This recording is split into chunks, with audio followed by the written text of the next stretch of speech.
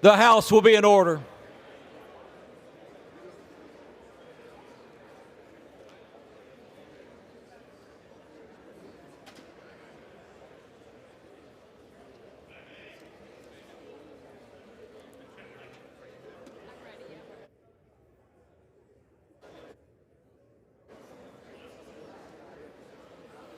The chair will now entertain requests for 1-minute speeches. For what purpose does the gentleman from Minnesota seek recognition?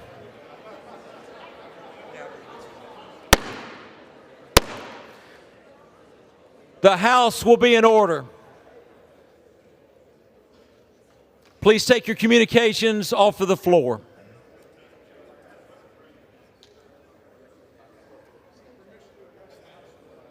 The gentleman is recognized. Mr. Speaker, I rise today to honor Midshipman Bridget Sundheim. A Delano High School graduate, Bridget is graduating from George Washington University today.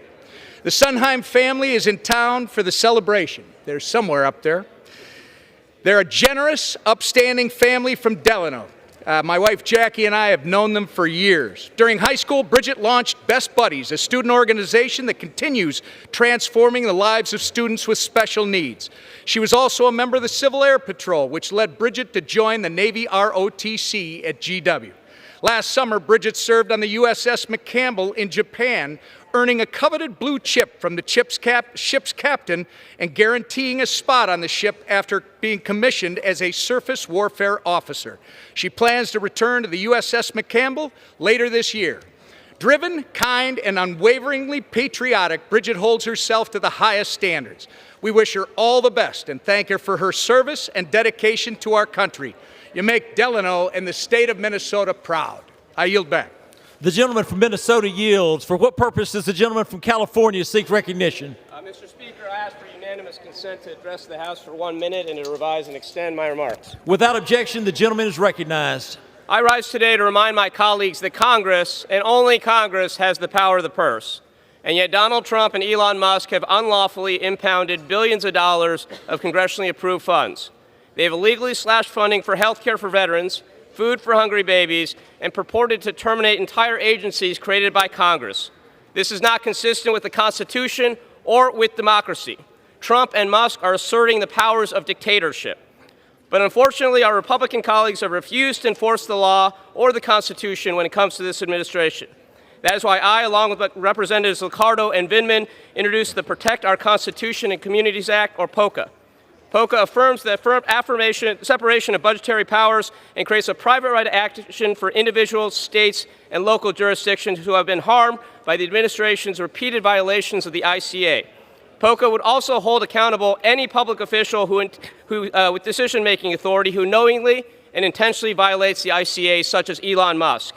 It's time to stand up for the rule of law and to put the power of the purse back where it belongs, in the hands of Congress. This police week, I urge you all to consider supporting this important law enforcement priority. The gentleman's time has expired. Members are reminded to refrain from engaging in personalities toward the president. For what purpose does the gentleman from Ohio seek recognition?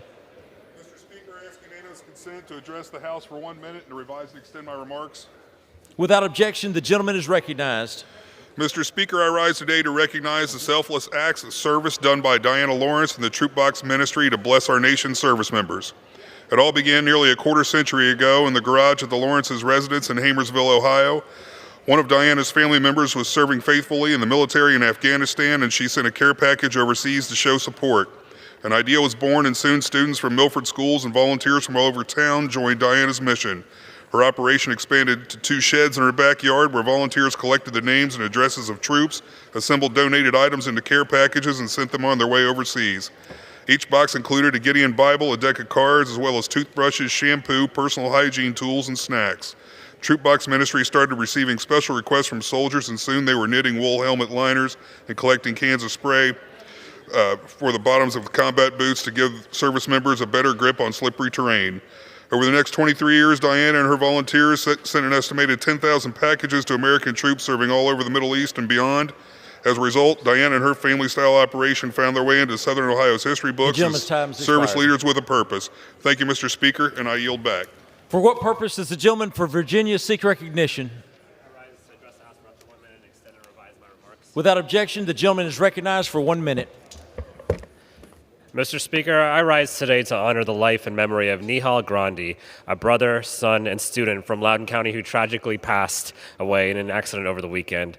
At just 19 years old, Nihal was a proud graduate of Rockridge High School and a freshman at Indiana University's Kelley School of Business. He was known for his joyful smile and ability to inspire a sense of community wherever he went. And as a volleyball team captain and a STEM competition coach, Nihal was always attuned to the needs of those he led, whether mentoring a teammate through a difficult challenge or calmly navigating high-stakes competitions. He knew when to guide or be a reassuring presence, and above all, he was a man of deep principles and kindness. And I and so many in my community are sending prayers to his family and friends and all who had the privilege to know him. May he rest in peace. I yield back. For what purpose does the gentleman from Indiana seek recognition? Mr. Speaker, I seek unanimous consent to address the House for 1 minute to revise and extend my remarks. Without objection, the gentleman is recognized for 1 minute. Mr. Speaker, I rise in recognition of our law enforcement community in Indiana's 6th District and across our Hoosier State. Police Week is a time for all of us to recognize and honor those serving our communities, and most especially those who have given their lives in the line of duty. This week I was joined by our Johnson County Sheriff, Dwayne Burgess. Dwayne and his deputies work tirelessly to keep Johnson County a safe community in which to live, work, and to raise a family. Thank you, Sheriff Burgess, and for your many years of dedicated service. During my short time in Congress, I have prioritized issues including protecting qualified immunity, officer safety and wellness. I remain committed to providing support for our law enforcement officers who do so vital work to protect our communities. Thank you. I yield back. For what purpose does the gentleman for Virginia seek recognition? I seek unanimous consent to address the House for 1 minute and to revise and extend my remarks. Without objection, the gentleman is recognized for 1 minute. Mr. Speaker, today during National Police Week, I rise to commend the bravery of law enforcement officers across Virginia's 7th Congressional District. In early April, tragedy struck Spotsylvania County when a mass shooting left 3 people sadly deceased and 3 others injured. Law enforcement officers from Spotsylvania County and the city of Fredericksburg swiftly answered the call and put their lives on the line to protect their neighbors. As a former prosecutor and Army veteran, I understand the mission that our men and women in uniform take on every day. You serve knowing that your work is bigger than any one person. It's about protecting our communities and upholding the law for our families and loved ones. So today, I thank the brave law enforcement officers of Spotsylvania and Fredericksburg and all officers serving across the 11 counties of Virginia's 7th Congressional District. Your service and sacrifice is deeply valued. I yield back. For what purpose does the gentleman from North Carolina seek recognition? Mr. Speaker, I ask unanimous consent to address for 1 minute and to revise and extend my remarks. The gentleman, without objection, the gentleman is recognized for 1 minute. Mr. Speaker, so far, President Trump has signed over 151 executive orders, but Congress has only sent him 5 bills to sign into law, a historically low number, and that's on us. We are legislators, and we have a constitutional duty to legislate. Unless codified into law, President Trump's historic government reforms are in jeopardy. Congress must get to work locking in these victories for good. We can't afford for future administrations to erase them with a stroke of a pen. Republican members of Congress are quick to praise President Trump's executive orders, but we're very slow to codify them. Doesn't matter if we have to vote 7 days a week. We need to be mass-producing bills that codify the same executive orders that have been keeping our constituents safe. Congress has a once-in-a-lifetime opportunity to achieve victories that Republicans have always talked about. We need to get this done. Mr. Speaker, I yield back my time. For what purpose does the gentlewoman from Virginia seek recognition? For what purpose does the gentlewoman from Vermont seek recognition? Sorry. I ask unanimous consent to address the House for 1 minute to revise and extend my remarks. Without objection, the gentlewoman is recognized for 1 minute. Mr. Speaker, I was a history teacher, and I know that we have to be documenting this moment. When we look back, I don't want anyone to say that we didn't know what was happening. Trump advisor Stephen Miller, and perhaps the most joyless man in America, recently said that Trump is actively looking at suspending the writ of habeas corpus. I'm sorry. What? What? Habeas corpus is the right we all have to challenge in court if we are detained and locked up. Without it, it means any of us can be locked up with no cause. It can only be suspended by Congress, by us. Americans, please hear me. Who are we?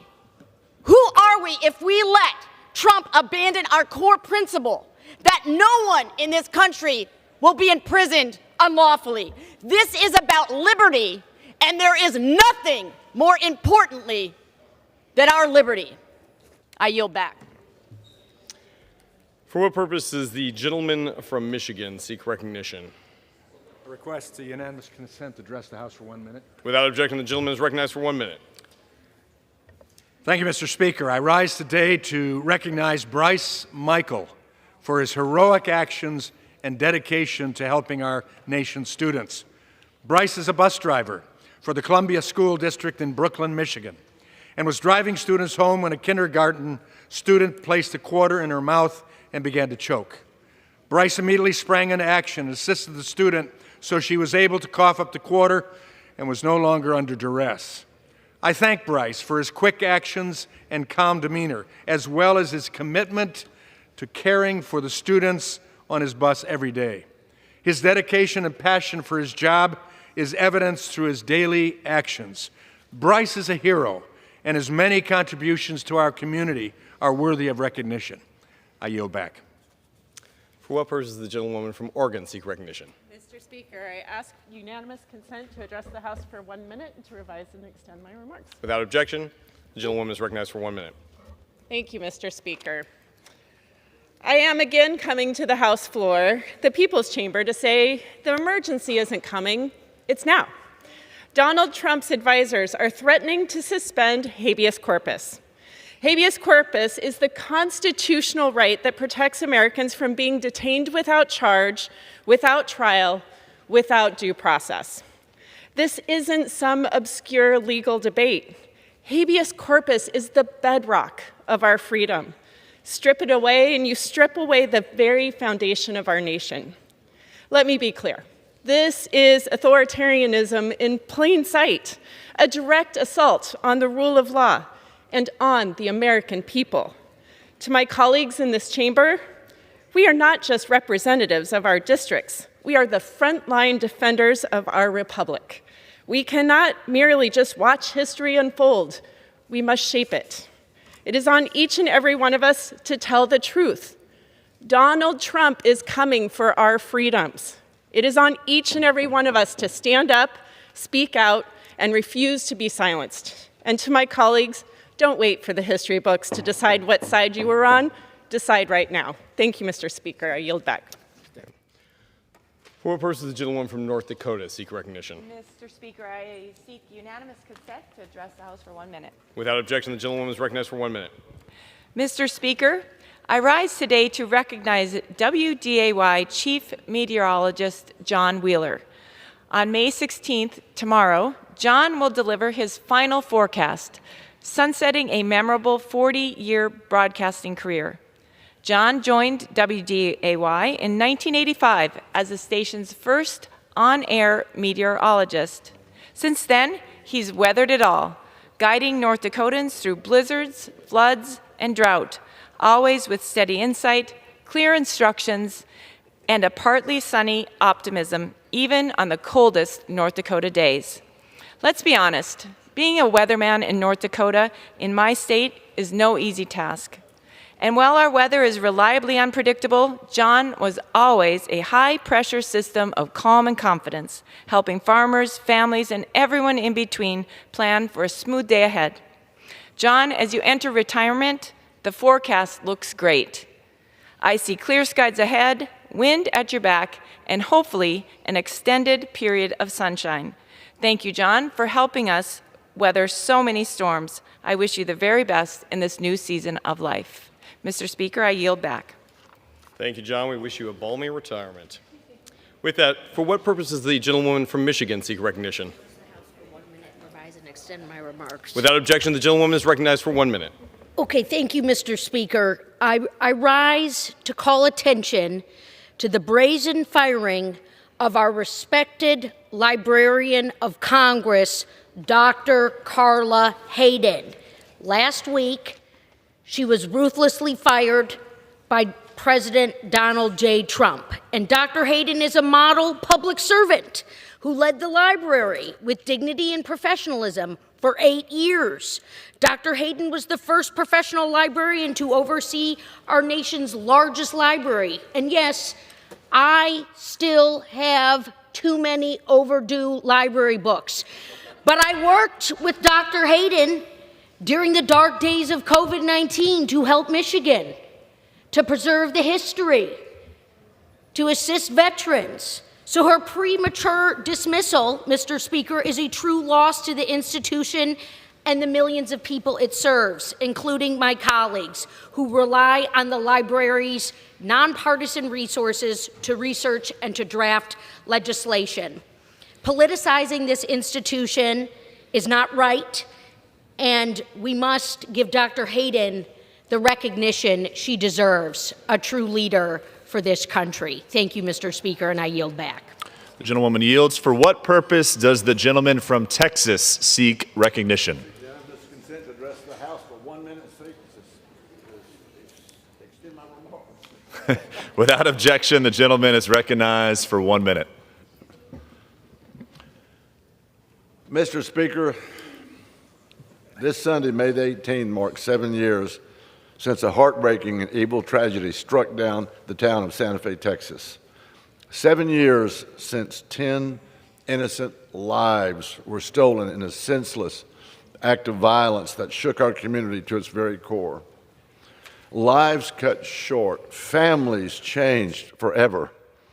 I'll never forget getting that phone call. I remember walking the school halls a week after the shooting, seeing the pain etched on the faces of the parents, the students, and the first responders. I attended the funerals. I wept with the families. Those were our kids. These were our teachers. These were our neighbors. But, Mr. Speaker, in the face of that darkness, something else stood out. The unshakable spirit of Santa Fe, Texas. That Texas town showed the world what it means to be strong, what it means to come together, what it means to rise above any occasion. Santa Fe is resilient, Mr. Speaker. Santa Fe is faithful, and Santa Fe is still standing.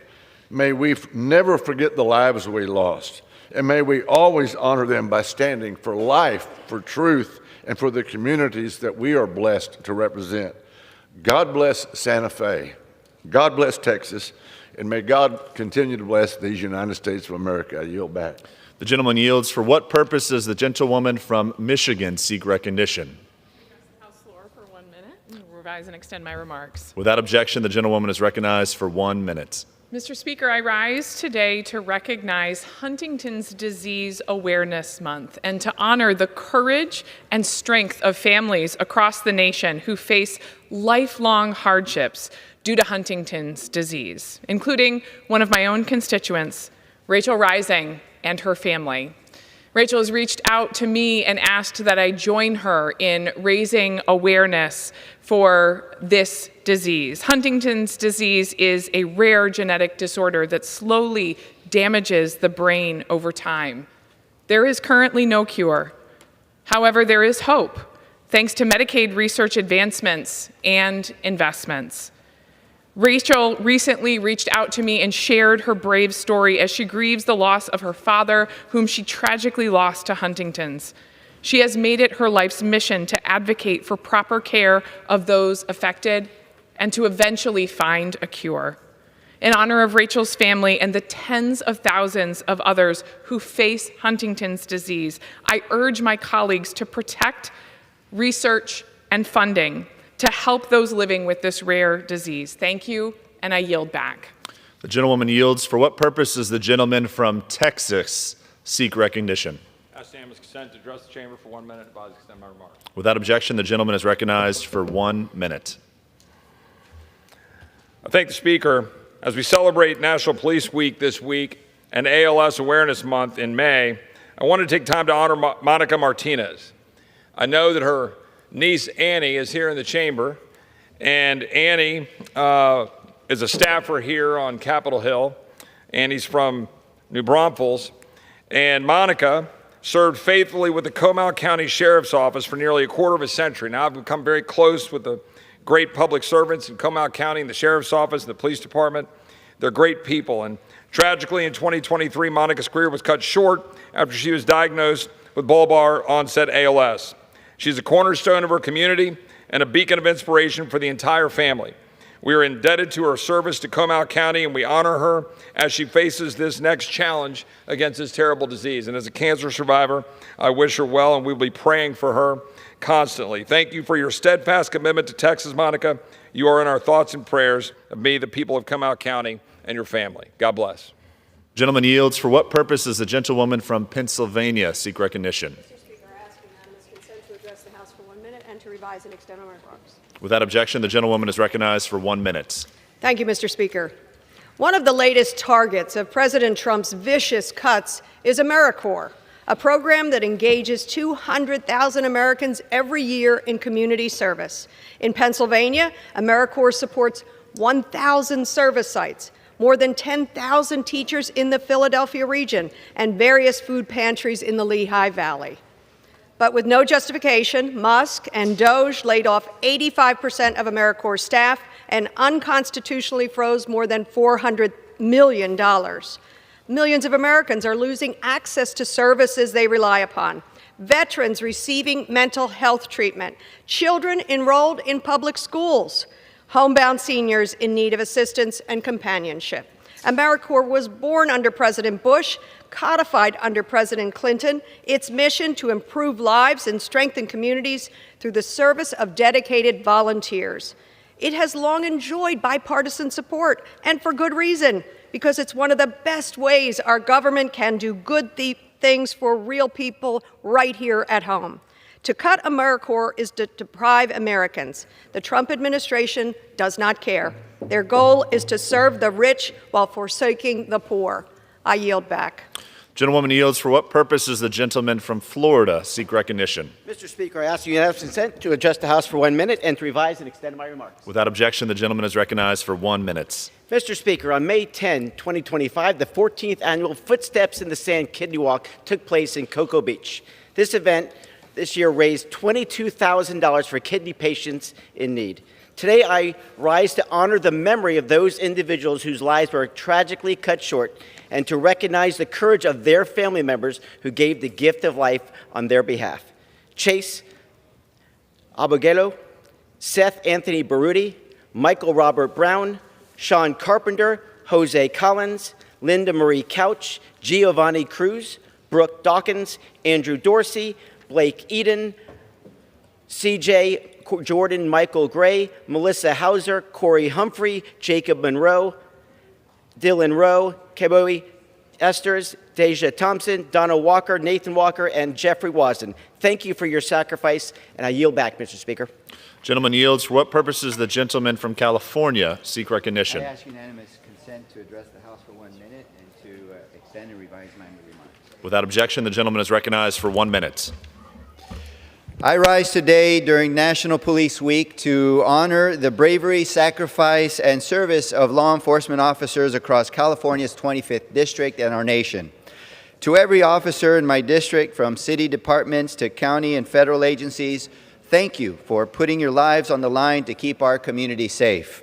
On May 2nd, the 17th Annual Imperial Valley Law Enforcement Memorial Ceremony brought our community together in El Centro to remember the 49 officers who made the ultimate sacrifice in their service to the Imperial Valley. This week, the Riverside County Sheriff's Office held its own memorial, recommitting to their mission to protect and serve. This is a sad reminder that each day police and first responders make the ultimate sacrifice for their communities. That's why Congress needs to do more to support officers and their surviving families. We must pass my legislation, the Heroes Leslie Zarebny and Gilbert Vega First Responders Survivor Support Act, which increases and improves access to financial and educational benefits for the families of the fallen or disabled officers. Let's honor our officers not just with words, but with meaningful actions that support their well-being and their families' well-being and safety. I yield back. The gentleman yields. For what purpose does the gentleman from Iowa seek recognition? Thank address the chamber for a minute and advise and extend my remarks as necessary. Without objection, the gentleman is recognized for 1 minute. Mr. Speaker, in 2023, dozens of members of Congress beat the S&P 500, while only 40% of Wall Street pros were able to pull that off. I think that's got Americans asking, what does Congress have, a secret strategy? The sad part is, they do. It's called insider trading. Members of this body are so good at investing in apps like the Pelosi tracker that exists as a stock tip machine, it's given investors a 45% return in the last year alone, simply by copying the former speaker's stock trades. Now, friends, this isn't a partisan issue. Republicans and Democrats together have made over $200 million in the market last year, while Americans got hammered by inflation and rising interest rates. Look, I'm a farm kid from Iowa. When I came to Washington, I didn't have many stocks to sell, but I sold them all because it's the right thing to do. It is ridiculous that anyone would commit insider trading while being here. President Trump agrees, Speaker Johnson agrees. Now is the time to pass my bill, the No Corruption in Government Act, to finally ban members of Congress from stock trading, stop government pay raises, and extend the lobbying ban. Mr. Speaker, let's pass this bill and get it to the President's desk and give American people faith back in their democracy. The gentleman yields. For what purpose does the gentleman from Rhode Island seek recognition? Unanimous consent to address the House for 1 minute and to revise and extend my remarks. Without objection, the gentleman is recognized for 1 minute. Mr. Speaker, I rise for the 10th time to call on the Trump administration to restore funding for life-saving food aid for malnourished children across the globe. $50 is all it takes to save the life of a child. Adhesion Nutrition in Rhode Island makes a life-saving paste called Plumpy Nut that, for just 30 cents a packet over 8 weeks, can save the life of a child suffering from malnutrition. $50, 30 cents a packet, 1 packet a day, $50 over 8 weeks, and you can save a life. This product was shipped to millions of children around the world before the Trump administration cut off funding. Now, Secretary Rubio and Elon Musk have both said that this funding will be restored, but they have yet to actually do it. So once again, I am calling, along with many of my colleagues, for this funding to be restored. The administration needs to live up to its word. The lives of children depend on it. And I yield back. The gentleman yields. For what purpose does the gentleman from Maryland seek recognition? I ask unanimous consent to address the House for 1 minute and to revise and extend my remarks. Without objection, the gentleman is recognized for 1 minute. Mr. Speaker, this week the Energy and Commerce Committee finally attacked fraud, waste, and abuse in the Medicaid system. I think every American knows that when a government runs a program, there's fraud, waste, and abuse, and that's exactly what it dealt with. For instance, 1 million people have committed fraud against the Medicaid system by being enrolled in 2 states. 1 million people. And my colleagues across the aisle think it's a bad idea to eliminate that fraud, waste, and abuse because they all voted against it. This chart shows what actually happens when you eliminate fraud, waste, and abuse, and the Republicans increase spending in Medicaid by 25% over the next 10 years for the people who really need it, the pregnant women, the children, the disabled, the blind, the elderly. And we did it eliminating fraud, waste, and abuse. I yield back. The gentleman yields. For what purpose does the gentlewoman from Ohio seek recognition?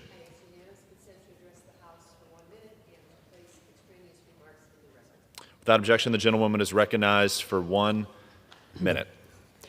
Thank you, Mr. Speaker. I rise today during National Police Week to honor the courage, sacrifice, and unwavering service of our law enforcement officers. In communities I represent across Northwest Ohio, I have stood beside the families of heroes like Officer Anthony Dia and Officer Brandon Stalker, who gave their lives protecting Toledo's citizenry.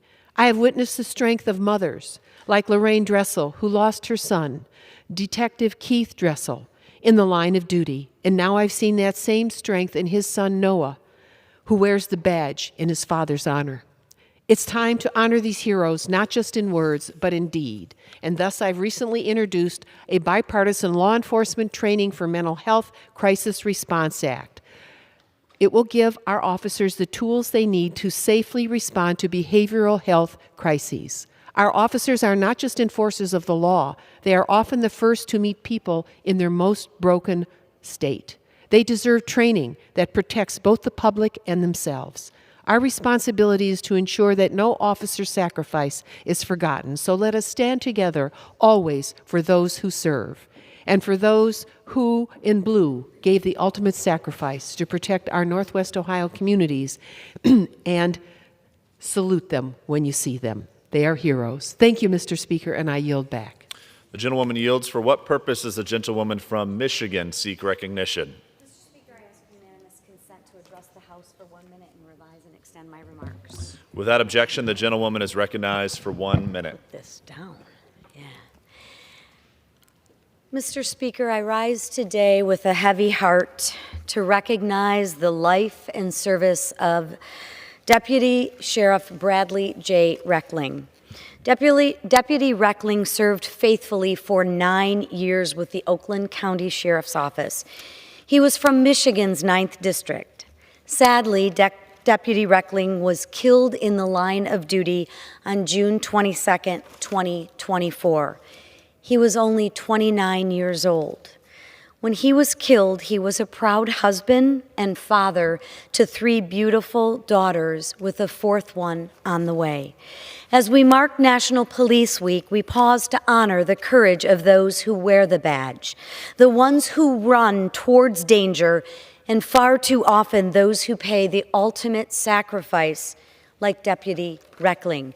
Every day, brave men and women put on their uniform and go to work, and they know they may not come home. We owe these people a lot more than just a thank you. We owe them respect, admiration, and our unwavering support. I encourage my colleagues to do the same and to honor the life of Deputy Brad Reckling. May we always appreciate the men and women in blue. Thank you, Mr. Speaker, and I yield back. The gentlewoman yields. For what purpose does the gentleman from Illinois seek recognition? Without objection, the gentleman is recognized for 1 minute. This is National Police Week, when we honor the brave men and women who serve and protect us every day. But it's also a good reminder that they deserve our thanks every day. We also need to thank the spouses and the children of our law enforcement who deal with the risk of their loved ones who may not come home. And finally, we remember the family members who made the ultimate sacrifice for our safety. Serving in the People's House means we support law enforcement. I'm proud to have served and secured funding for our police training and safety, because from Rockford to the Quad Cities, Peoria to Bloomington Normal, our officers go above and beyond every day to keep us safe, many days without the support that they need to deal with stress. That's why I'm so proud of the Invest to Protect Act, my bipartisan legislation that gives small and mid-sized police departments the funding that they need for training, recruitment, and mental health resources. So happy National Police Week. My hope is that everyone wearing a badge right now stays protected, safe, and feels their nation's thanks. I yield back. Gentleman yields. For what purpose does the gentleman from our home state of Georgia seek recognition? Address the House for 1 minute, revise and extend my remarks. Without objection, the gentleman is recognized for 1 minute. Thank you, Mr. Speaker. Today I rise to offer my sincerest congratulations to the 2025 Masters champion Rory McIlroy. Since 1934, amidst the blooming azaleas, towering pines, and flowering dogwoods, the first full week of April brings the world's greatest golfers to my hometown of Augusta, Georgia. And they experience sport's most unique and rewarding challenge, the Masters Golf Tournament, the first major of the year. As golf fans know, the iconic green jacket never comes easily, but for Rory McIlroy, his year-long quest to glory at Augusta was far more than just a victory. In clinching the green jacket, Rory snapped a 11-year major championship drought and completed a long-awaited career Grand Slam joining just 5 other prestigious players in doing so. Again, Augusta made history. One of the greatest moments in golf. And Roy made a comment at the trophy presentation that I think exemplifies this country. He said to his daughter Poppy, he said, never give up on your dreams, keep coming back, keep working hard, and if you put your mind to it, you can do anything. What an example to the next generation of athletes, leaders, and to the American people. Congratulations, Roy. Now we're pulling for you. It's championship week again in the world of golf. And we're pulling for you to achieve the season's Grand Slam. Now I yield back. The gentleman yields. For what purpose does the gentleman from Rhode Island seek recognition?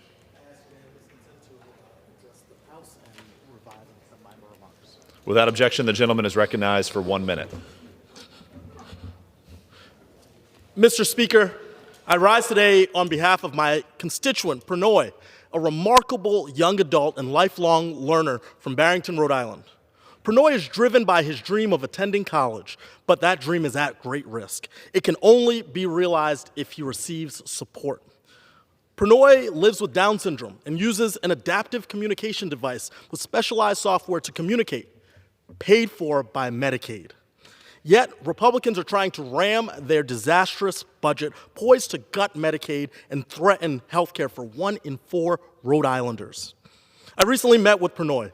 He said simply, I'm only getting started. That sentence sums it up, and it's what keeps his family and myself up at night. These Republican Medicaid cuts would hinder Pranoy's potential. I'm standing here today because I stand with Pranoy. I stand with the disability community, and I will stand against any attempt to rip away Medicaid from children who deserve the same opportunity to flourish as any other American, to live out their potential and flourish. Thank you, and I yield back. Gentleman yields. For what purpose does a gentlewoman from Michigan seek recognition?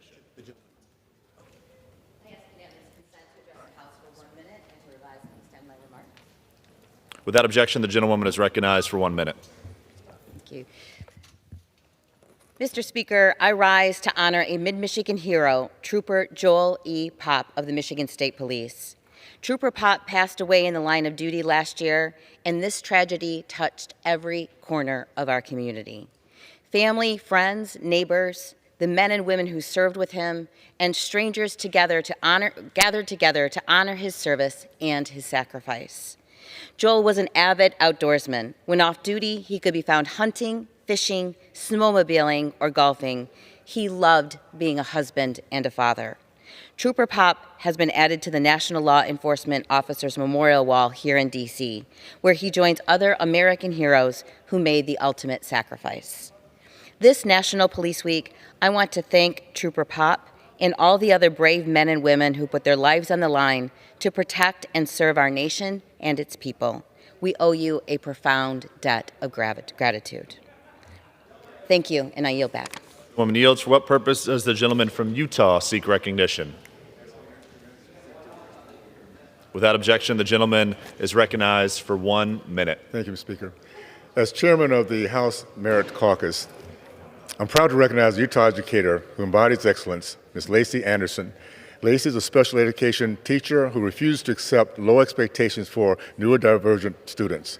Instead, she founded Autism Solutions Academy in West Jordan, Utah, becoming a board-certified analyst and building a school that meets the needs of kids where they are. Her student-first approach provides real options to parents of special needs children. By customizing lesson plans and blending teaching models, she makes sure that every student, regardless of ability, has the path to succeed. During a recent visit, I met Sophia, a student who once was nonverbal and withdrawn. Today, she's reading, writing, and thriving because of a teacher who believed in her. That's what real leadership looks like. That's merit in action. When we raise the bar, our kids rise to meet it. Every child in America deserves the same chance. Thank you, and I'll yield back. Gentleman yields. For what purpose does the gentleman from New York seek recognition? I ask unanimous consent to address the House for 1 minute and revise and extend my remarks. Without objection, the gentleman is recognized for 1 minute. I rise today during National Police Week to honor the brave men and women who put their lives on the line each day to keep us safe. I rise to honor Lieutenant Michael Husak of the Onondaga County Sheriff's Office and Syracuse Police Officer Michael Jensen, who were ambushed and killed on a quiet street in Salina, New York just 13 months ago. And also to honor Oswego County Sheriff's Deputy Kaylee Campbell, who was killed in a motor vehicle accident in my old state Senate district last fall. Their names now join others from Central New York and the Mohawk Valley, like Syracuse Officer Wally Howard, on the National Law Enforcement Officers Memorial. A note briefly that Officer Howard's killer was shamefully released from prison by President Trump at the end of his first term.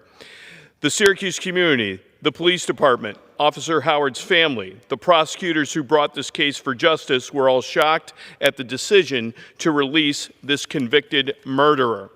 Syracuse and New York 22 will never forget the sacrifices of these men and women, regardless of how long their names are up on the National Law Enforcement Officers Memorial, and will always support law enforcement and their families. I thank Lieutenant Husak, Officer Jensen, and Deputy Campbell for their commitment to their community, and I rise to AA to honor their service and to support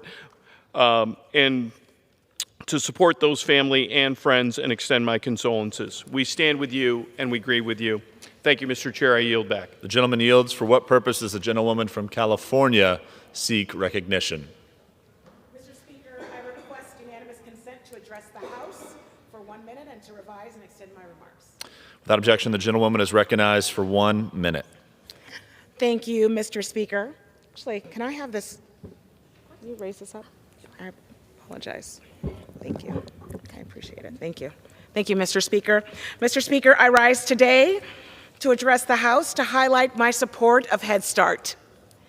I most recently, in my district, visited an organization called the Unity Council that serves families and parents and seniors and children, providing them with affordable housing, career opportunities, community engagement, and yes, Head Start programs. I learned from the Unity Council that President Trump and the administration has stopped funding for the Oakland Head Start program. This means that over 600 children will not have daycare, mental health services, dental care, and basic health screenings, all provided by this incredible program. The president recently said he would not touch the Head Start program, and yet here we are nationally, over 800,000 children receive daycare support from Head Start. Cutting Head Start funding and stopping early childhood development, it's not efficiency.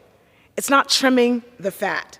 Cutting programs like Head Start and is breaking literally the bones of our nation and of our future. Mr. Speaker, I yield back. The gentlewoman yields. For what purpose does the gentlewoman from New Mexico seek recognition?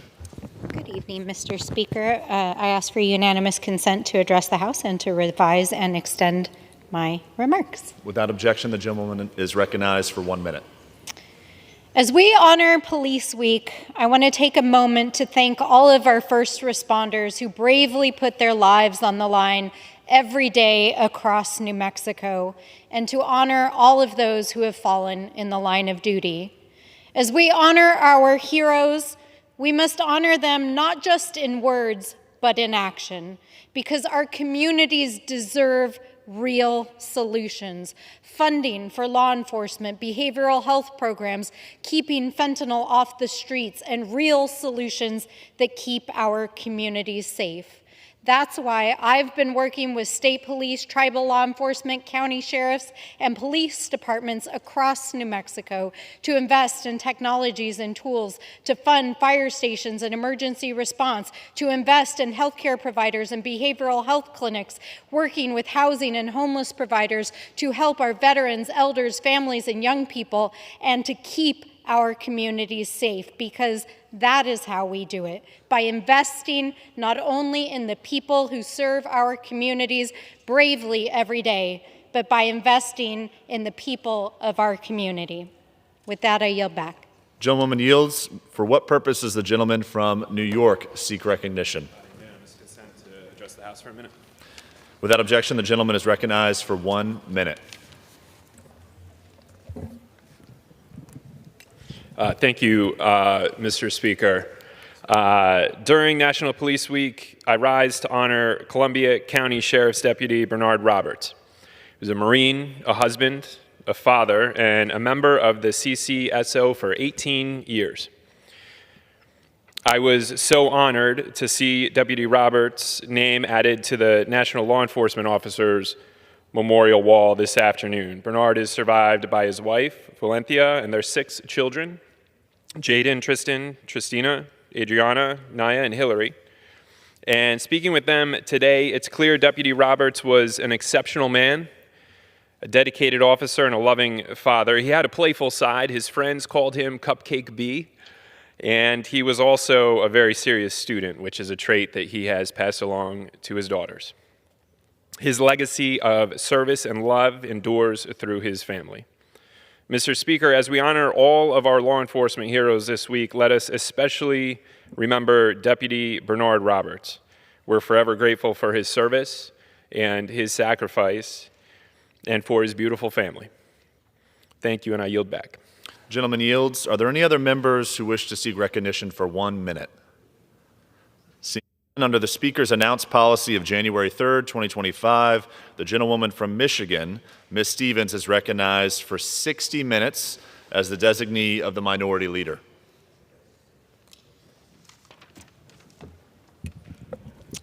Thank you, Mr. Speaker, and I yield myself as much time as I consume, or as I may consume. Tonight, I rise with my Democratic colleagues, frankly, to call out dangerous and draconian anti-science agendas of this current administration. Since day one, this administration has unleashed chaos on our national scientific enterprise, undermining our competitiveness, undermining health safety, the dignity of research and how it is conducted, and it is coming at a time that will frankly move our country in the wrong direction, and it will cost us.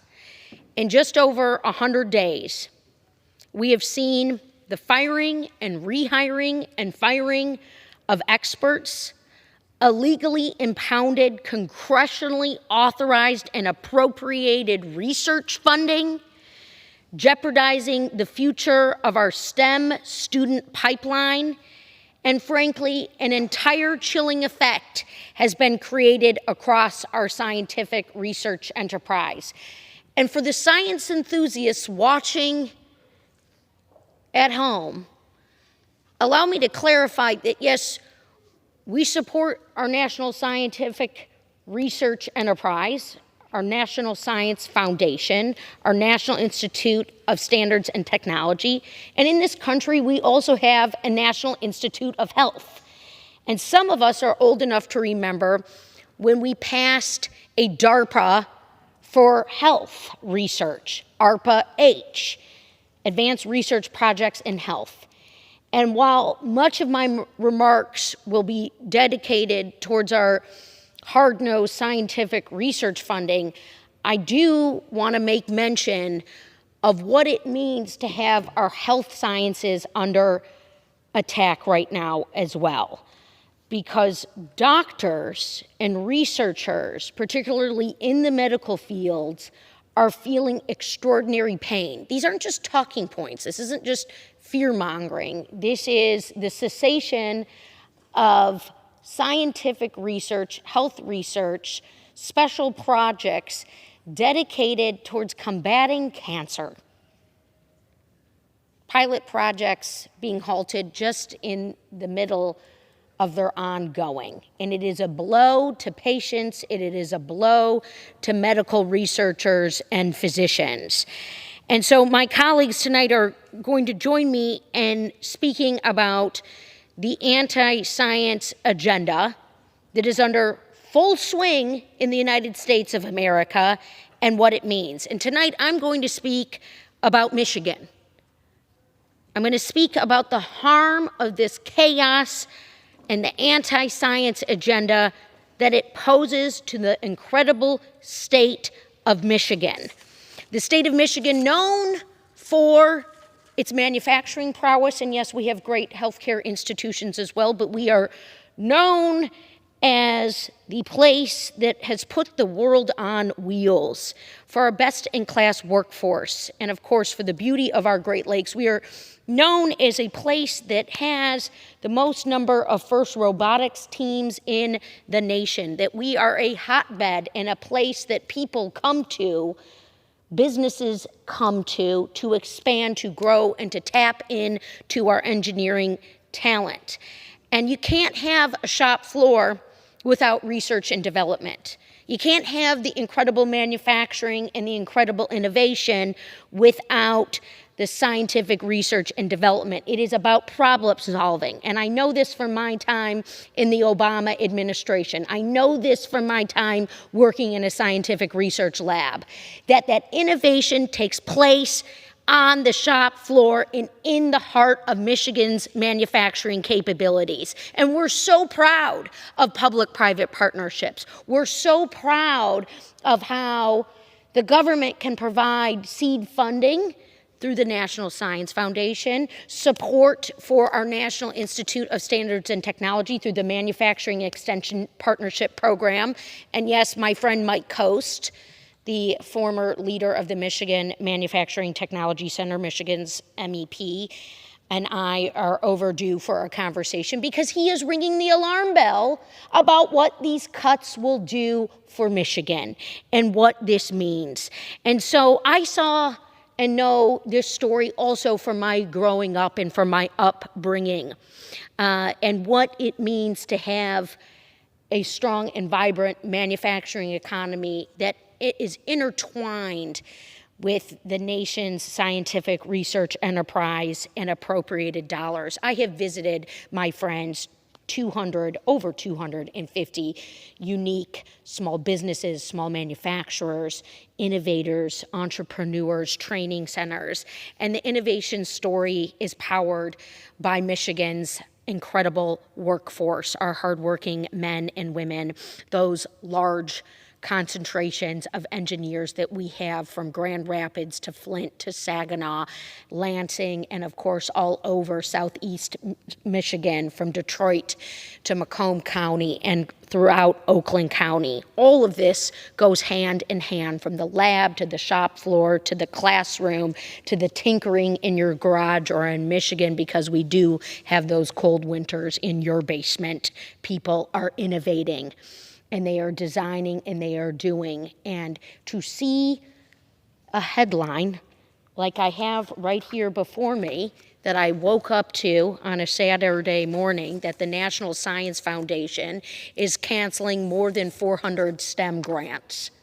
What does that mean for Michigan? What does that mean for our schools that are not fully funded? What does it mean when we are competing on the world playing field? We need to have these scientists. We need to have these technologists. We need to have the engineers and the mathematicians. The student pipeline is absolutely essential, Mr. Speaker. And because of this Trump-Musk anti-science agenda undermining the symbiotic relationship and threatening Michigan's future in advanced manufacturing, environmental protection, and next-generation mobility technologies. Newsflash, we had 40-plus new factories being built and developing in Michigan just last year alone. The chaos continues to set us back. These aren't false threats. They're now our realities. It's blow after blow, and it's self-inflicted chaos at a time when we don't need it, when it's not going to work for Michigan, and it is not going to work for this country.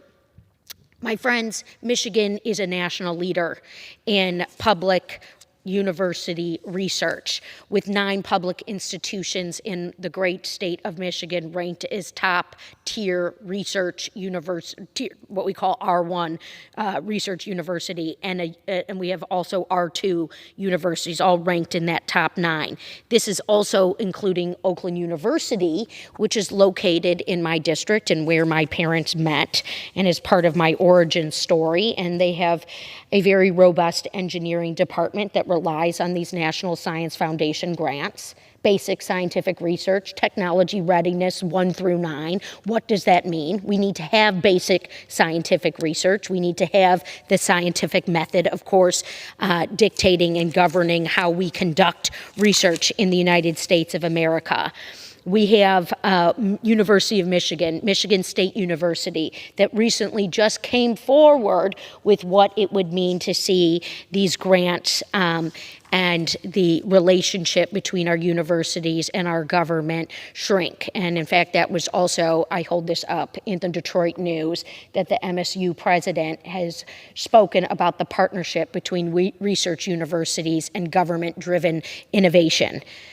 We need these things. Wayne State University, same thing. Michigan Technological University, same thing. They conduct over 90% of the state's academic research, totaling more than $3 billion. We want to compete. We want to be a driver of the moonshot of this century. And so every day, Michiganders reap the benefits of these universities, these small businesses, the entrepreneurs, the small business innovation research grants. I walk out my door and people are practically coming up to me saying that this is where they want to grow and go. And the STEM talent that is so Michigan critical to all of us. And so the economic impact of just the 3 largest research institutions of nearly $24 billion to the state of Michigan. This is personal for us, and this is very real. Where tomorrow's breakthroughs are going to begin, breakthroughs that our automakers are going to rely on, breakthroughs to compete in the global marketplace, and also to win on the battlefield. We are in a race for technological and, frankly, innovation dominance. And these cuts that have come through from the stroke of a pen in an Oval Office have sincere and grave and real results that are harmful. And as a lawmaker, I choose to use my time, yes, to continue to craft the legislation that I'm so proud to see making its way through the Science Committee on quantum, on reauthorizing NSF and NIST. And we hope that colleagues will join us and pass those bills. But today, we use our voices to call out the harms of an anti-science agenda, the setbacks it means for equity, the setbacks it means for disadvantaged students, for women, and for students of color, what this means for our manufacturers who rely on the diversity of a fully educated, skilled, and trained workforce, something that I see happening every single day in my incredible home state. And it's that grit that Michiganders bring to everything that I know will get us through. And it's with tremendous honor, Mr. Speaker, that I sit and stand with my colleagues tonight as we speak out. And I would like to, at this time, yield to my incredible colleague from the Commonwealth of Virginia for as much time as he may consume for tonight's special hour. And thank you so much, sir, for leading with me tonight. Thank you, Mr. Speaker, and thank you, Congresswoman Stevens, and all the members here today to stand up for science and innovation. This is a matter of profound significance for many Americans. It's a matter of life or death, whether they realize it or not, because it is the responsibility of this body to be stewards of our country's future and leave this country better than how we found it.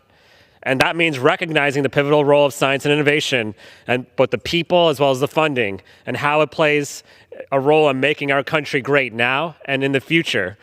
And standing up for science is more important than ever right now, because the reality is this administration has declared a war on science. DOGE, funding cuts, firing contractors, firing scientists and innovators, trying to chase others out.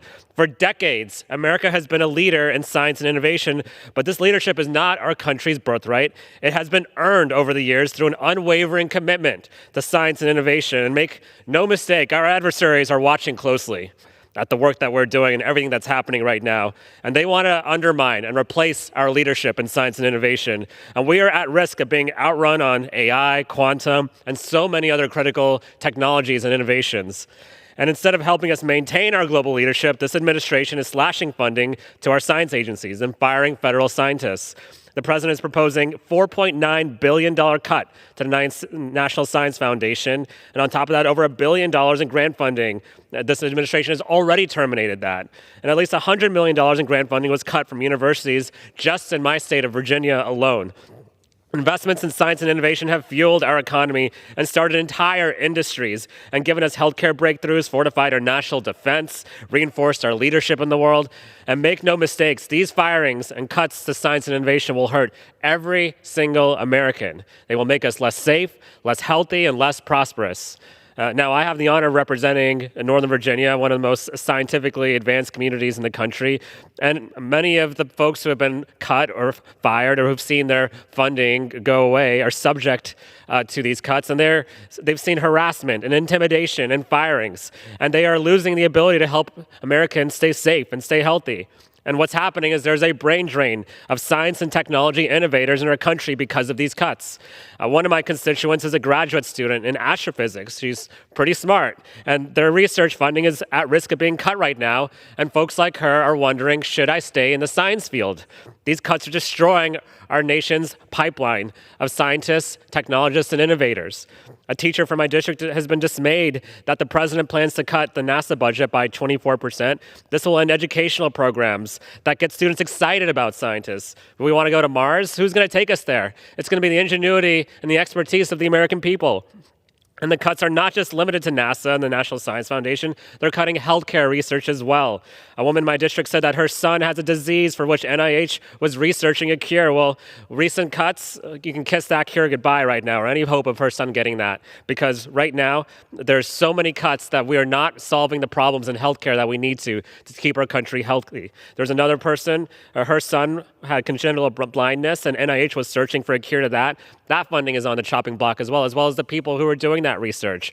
Another biomedical researcher in the district said it perfectly, quote, the NIH, the FDA, and CDC and NSF are making discoveries now that will be the foundation for solutions needed in the years and decades ahead. Well, we won't even know what we missed with some of these cuts, and we won't know what innovations we could have made but for these cuts. I want to end by saying that I'm pretty sure these firings and cuts to science and research aren't really about waste, fraud, and abuse or government efficiency, because if they were, and if this administration actually cared about efficiency, they'd know that funding to science and technology and innovation doubles or triples the investment back in economic activity, not to mention all the lives and research that are saved and all the people who are kept healthy and safe by this research. This does not have to be partisan. This does not have to be controversial in any way. I want to call on all my colleagues on both sides of the aisle to stand up for science, research, and innovation, because standing up for science means standing up for the health, safety, and prosperity of every American. I yield back. Well, great. Thank you, Mr. Supermum, a freshman new member to the Science Committee and to this very body. And as we can tell, he is already leading in an extraordinary way. And now we have another gentleman who is well past his freshman term, but also from the Commonwealth of Virginia, Mr. Byer, who I would like to yield to. Thank you very much. Thank you for putting this together, Ms. Stevens. I really appreciate it. And Mr. Speaker, thank you. I rise today in strong opposition to the Trump administration's attack on our scientific workforce and on science, specifically at the National Science Foundation, located a few blocks from my home. Today, my colleagues and I introduced a resolution commemorating the 75th anniversary of the National Science Foundation. We should be enormously proud to support the work of the NSF. Since 1950, the National Science Foundation has helped the U.S. lead the world in science. It supported the research and key investments that helped catalyze the internet, advanced technology for MRI machines, for 3D printing, for artificial intelligence. It created American Sign Language, detected gravitational waves, it developed laser eye surgery, and much, much more. It's been a cornerstone of our scientific education in the United States, providing support from elementary and pre-kindergarten right through the PhD level. NSF's prestigious awards draw researchers from across the world to come to the United States to do the work to study, and best for us, often to stay. The same incredible talent is under attack by this president, who is not only recklessly removing our best scientists from the federal workforce, but also defunding science and the scientific research at our nation's premier institutions. These are exactly the people who create our America's future. In a skinny budget request, the president proposed a $5 billion cut to the National Science Foundation, including $1 billion in STEM education and workforce programs. If that budget request is enacted by Congress, this will be a death knell for our innovation economy and for America's future. I've already been alarmed by the workforce cuts the Trump administration has made in past months. We're losing our best and our brightest. Some might find jobs in the private sector, but many are likely to be poached by other countries. We hear again and again that many countries are trying to recruit our best and brightest. And I personally, because the cuts have heavily impacted my home, I've had hundreds of constituents, thousands, fired or coerced out of the federal workforce by the toxic environment that DOGE is intentionally creating. These are professionals who've dedicated their talent and their lives, their scientific expertise, to make sure that the National Science Foundation is advancing the most cutting-edge, innovative research proposals. Mr. Speaker, the last thing we should be doing is losing that talent. I'm also deeply alarmed at the canceled grants and funding at NSF and our other scientific agencies. The Trump administration has cut more than $1 billion in awards this year. Many of these grants were terminated for no reason by the administration. One particularly egregious example was an award on improving the effectiveness of teaching students how to do computer science. Really? At a time when we need to increase our domestic AI and STEM-focused workforce, we need students to be familiar with the AI systems of tomorrow so they can contribute to our continued leadership in tech. Mr. Speaker, I keep looking for examples in history of this retreat from knowledge. There were England's Luddites in the early 19th century who fought the use of new textile technology. There was Mao Zedong's Cultural Revolution, 1966 to 1976, when intellectuals and scientists were labeled the stinking old ninth and were sent to re-education camps in the countryside. For 75 years, the National Science Foundation has kept U.S. at the forefront of science, has made us the envy of the world. The NSF can claim 268 Nobel Prize winners, and yet now we have a president and administration that is anti-science and anti-progress. NIH, NOAA, NASA, the CDC, EPA, and tragically the National Science Foundation. Just as we have made investments in projects that are pivotal in artificial intelligence, quantum, and other leading areas, now is the time that we stop investing in our future. This is what the Trump administration is doing. I joined my administration today to stand up for science, to oppose the administration's attacks on the National Science Foundation, and to fiercely champion our investment in science and knowledge for the generations to come. With that, Mr. Speaker, I yield back. Well, thank you, Mr. Beyer, and for your great leadership always in the Congress, and for your continued dedication to education as you are getting a degree in artificial intelligence. But we also have another very degreed member of Congress, Dr. Bill Foster, who I have been so proud to serve alongside for many years in this chamber and, of course, for many years on the Science Committee, where we've passed a lot of bills together. And with that, Dr. Foster. Thank you. Thank you, Congresswoman Stevens and Congressman Subramanian, for organizing this such an important topic now. As Congress's sole PhD physicist, I spent 25 years of my life before coming to Congress working at Department of Energy Office of Science supported laboratory. We were smashing protons and antiprotons together to make particles that have not been around since the Big Bang. I'm proud to have been on the team that discovered the top quark, the heaviest known form of matter, where we worked with scientists from all over the world who came to America because we had the best equipment and the best experiment and the best scientists, and they wanted to collaborate. All of this is at risk. Amidst the Republican assault on science, I'm going to focus my remarks tonight mainly on the NSF. On May 10th, we celebrated the 75th anniversary of the National Science Foundation. Today, together with my fellow Representative Don Beyer, Jay Obernolte, Scott Franklin, Haley Stevens, we introduced a House resolution to celebrate that anniversary. The resolution highlights the importance of the NSF to our nation's research enterprise and the workforce it supports, totaling roughly 350,000 students, teachers, scientists, entrepreneurs, researchers, including 268 Nobel Prize winners to date. The NSF is a cornerstone of American innovation and foundational for continuing basic research discoveries. We hope this work continues for decades to come.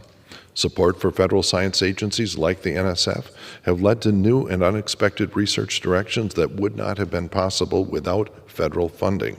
And that's why it's important that we recognize the role that NSF-funded basic research plays in the discoveries driving the next generation of scientists. This includes funding for AI, for cybersecurity, supercomputers, fusion energy, space, ocean exploration, black holes, semiconductors, and last but not least, the internet. In addition to basic research, the NSF also funds many educational programs supporting the next generation of scientists, perhaps in the fullness of time, its most crucial mission, because it enables the careers to move forward in science of these young people who have shared my fascination of science. Over the past 75 years, the NSF has stayed true to its mission to, quote, promote the progress of science, to advance the national health, prosperity, and welfare, and to secure the national defense. And underpinning this has been its commitment to a merit-based and peer-reviewed grant process that has ensured that good science is consistently prioritized and free from political interference. The NSF has had an exemplary 75 years, and I look forward to its progress in the next 75. So, how are Republicans celebrating this anniversary? By slashing the budget by a factor of 2 and muzzling the science. Unfortunately, the Trump administration has failed to see the importance of this federal investment in science for our country's future. The President's FY26 budget proposes cutting the NSF budget by 55%, including fundamental research, education, and broadening participation efforts. Other agencies have been impacted by the funding cuts. NIH by 37%. NOAA by 24%, the EPA by 54%, NASA's science arm by 46%, and the Department of Energy Office of Science by 14%, among many others. Long-term, these cuts will have detrimental impacts on scientific and technological innovation, cause irreparable damage to our global competitiveness. So this discussion could not come at a more important time. As a result of Trump's directives, all grant funding for the NSF is now halted, and existing grants are under review.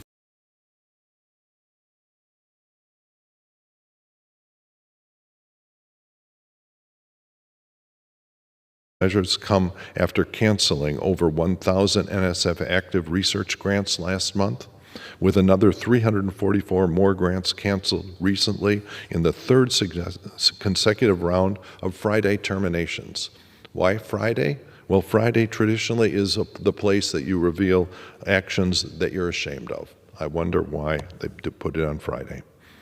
In addition to freezing all grants at the NSF, the agency instituted a 15% cap on indirect cost rates for colleges and universities, where many of our future scientists receive training and participate in research experiences early in life that can spark their curiosity. Many of these grants across many agencies are impacting STEM education across the career pipeline. In addition to stopping research discoveries, these cuts will lead to the loss of STEM talent, which places the United States at a permanent competitive disadvantage. President Trump's budget also proposes eliminating NASA's Office of STEM Engagement, which will significantly deter young talent from participating in STEM programming and impair our nation's ability to lead scientific fields. In yet another Republican assault on STEM education, which seems to be a theme of their cuts, the U.S. Geological Survey, the federal hiring freeze led to the termination of a summer internship program for undergraduate students. The National Association of Geoscience Teachers, USGS, cooperative summer fellowship program had been running since 1965, matching undergraduate students with mentors and projects at the agency. Through this program, talented student interns benefit from working with well-established scientists and gain valuable research experience at a well-known science agency. This experience can spark their curiosity in science and may set them up for long-term research careers, assuming, of course, the budget is not slashed there as well. Altogether, since 1965, around 3,000 interns have contributed to the scientific projects and research areas of importance to the USGS and NAGT to promote high-quality Earth education. Programs like this allow students to contribute to our country's scientific achievements, energy resource development, and economic prosperity. But this year, 39 prominent young geoscientists will not have that opportunity. So what does this mean for the scientific workforce? Well, the recent departure of NSF Director Sethuraman Panchanathan, known to all of us as Dr. Panch, was, when he left the NSA, it was a really notable negative milestone for this administration's actions. It is a significant loss when we lose such dedicated and talented public servants who are leaving the federal government workforce not as happy campers. And everybody knows it. This follows workers like Dr. Peter Marks, one of the heroes of Operation Warp Speed and one of the lead scientists at the FDA. And there are hundreds of others, unfortunately, following their footsteps.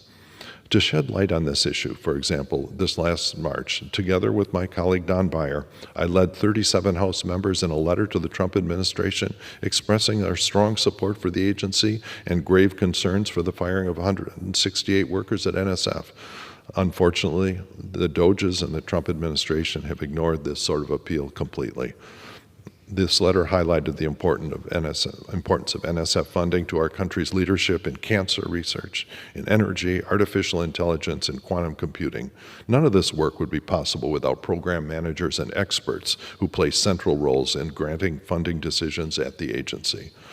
A likely negative consequence of these actions to our country is that we will not only miss out scientific breakthroughs driving our country forward, but lose an entire generation of scientists who cannot complete their NSF-supported training and will abandon research careers altogether, or perhaps, as was mentioned, simply depart for countries abroad. So I want to assure NSF-funded researchers and staff that we're on your side and we're supporting you, and you should keep coming to Congress to tell us about the direct impacts, and that goes for scientists in all fields throughout this country. It's our duty to ensure that, regardless of the political climate, the science remains at the forefront of our nation's progress and innovation. So I urge my sensible colleagues on both sides of the aisle to support efforts to increase the resiliency of our federal science agencies in the face of these growing threats from the administration, and to continue supporting the U.S. research workforce. So, congratulations again to the NSF on celebrating 75 years, and we will continue to fight for the agency's viability and for our nation's competitiveness, and by supporting all of you and all of our federal science agencies. Thank you, and I yield back. Thank you so much, Dr. Foster, as always, wise and important words. And with that, I'd also now like to pass the floor over to Mr. Whitesides, new member of Congress from California and a leader in the field of science and space exploration. Thank you, Congresswoman. My name is George Whitesides, and I represent California's 27th Congressional District. Before I was a member of Congress, I served as the Chief of Staff of NASA and later as the CEO of an aerospace company that created hundreds of well-paid jobs in the Antelope Valley. I have a degree in remote sensing and GIS. I grew up in a science family. My dad is a chemist and a professor, and I've worked on new and innovative ways to tackle our wildfire crisis, a growing threat that the people I represent know all too well. I know from firsthand experience that the United States is home to the smartest, most hardworking, most impressive minds of our time who have dedicated their lives to helping families across the country fight deadly diseases, predict and prevent natural disasters before they hit, and mount a challenge against our foreign rivals like China. But we can't continue this important work without our scientific institutions. Recently, our biggest scientific agencies have come under a full-scale attack, with the administration's proposed budget effectively annihilating the very science that keeps us safe. Programs that previously had broad bipartisan support, such as an Army Corps of Engineers Water Infrastructure Fund, EPA's Drinking Water and Clean Water Funds for states, forestry operations, energy utility assistance for low-income households, science and technology programs, and agricultural support are all on the chopping block. At NASA, satellites that allow us to understand weather patterns, monitor our changing climate, and track fires as they move and spread are at risk of being deorbited. Employees in my home district who work at NASA Armstrong and JPL have no idea what their futures hold. NOAA, an organization that helps families across the country prepare for natural disasters like hurricanes and tornadoes, is being gutted from the ground up. The NIH, which works on groundbreaking cures for diseases like cancer and Alzheimer's and heart disease, has supplied significantly fewer grants and awards to scientists than in previous administrations, effectively halting our work on critical medical advances. From February to April, the administration terminated nearly 700 grants across 24 NIH institutes and centers focused on subjects such as aging, cancer, child health, diabetes, mental health, and neurological disorders. We are not only losing the promise of progress and cures and climate technology, we are losing critical data that allow us to better understand the world we live in and respond to growing threats that we face, both foreign and domestic. That's why today I led my colleagues with similar scientific backgrounds to let the administration know exactly what will happen to our nation if they gut these science agencies. We sent a letter to the President drawing on our diverse backgrounds and constituencies to let him know exactly why science is a good investment for the future of our children and for our country. Make no mistake, we can always be better and more efficient, and these are ideals that we should all strive for. These are ideals that Americans fairly demand from their government, and we should all be working towards that challenge. When I helped lead NASA for President Obama, we constantly iterated and improved our existing systems because we knew how important it was to stretch the taxpayer dollar as far as it can go. But taking a sledgehammer and a chainsaw to entire institutions that allow us to stay safe and also remain competitive on the global scale is not only unwise, it's dangerous. The bottom line is that science is an incredible investment for jobs today and for the future of our country. So, I'm going to keep fighting for the families across my district who need NASA satellites to know if their houses are going to be safe from fires, for seniors who need medical advancements to live long and healthy lives, and for red states and blue states that will be hit by tornadoes and hurricanes in the months and years to come. I'm here to stand up for families in my district and across the country who will be less safe and more at risk as a result of these cuts. And I'm here as an innovator and entrepreneur to stand up for science. Thank you, and I yield back. Thank you, Mr. Whitesides. How lucky the people are of California to have your representation, and how lucky are we in the United States Congress to have your expertise. And now another proven expert and leader and fighter and ranking member on the Science Committee, Congresswoman from North Carolina, Ms. Fouché. Thank you to my esteemed colleagues for organizing this special order hour. And thank you, Mr. Speaker. I rise in solidarity with my colleagues to stand up and speak out against the proposed budget and demonization of science and the science community. America is where we are today because of what we create, whether it's manufacturing, innovation, scientific and medical research, or technology transfer. All these fields require science and the millions of researchers and innovators who push American STEM and our nation's workforce to the forefront.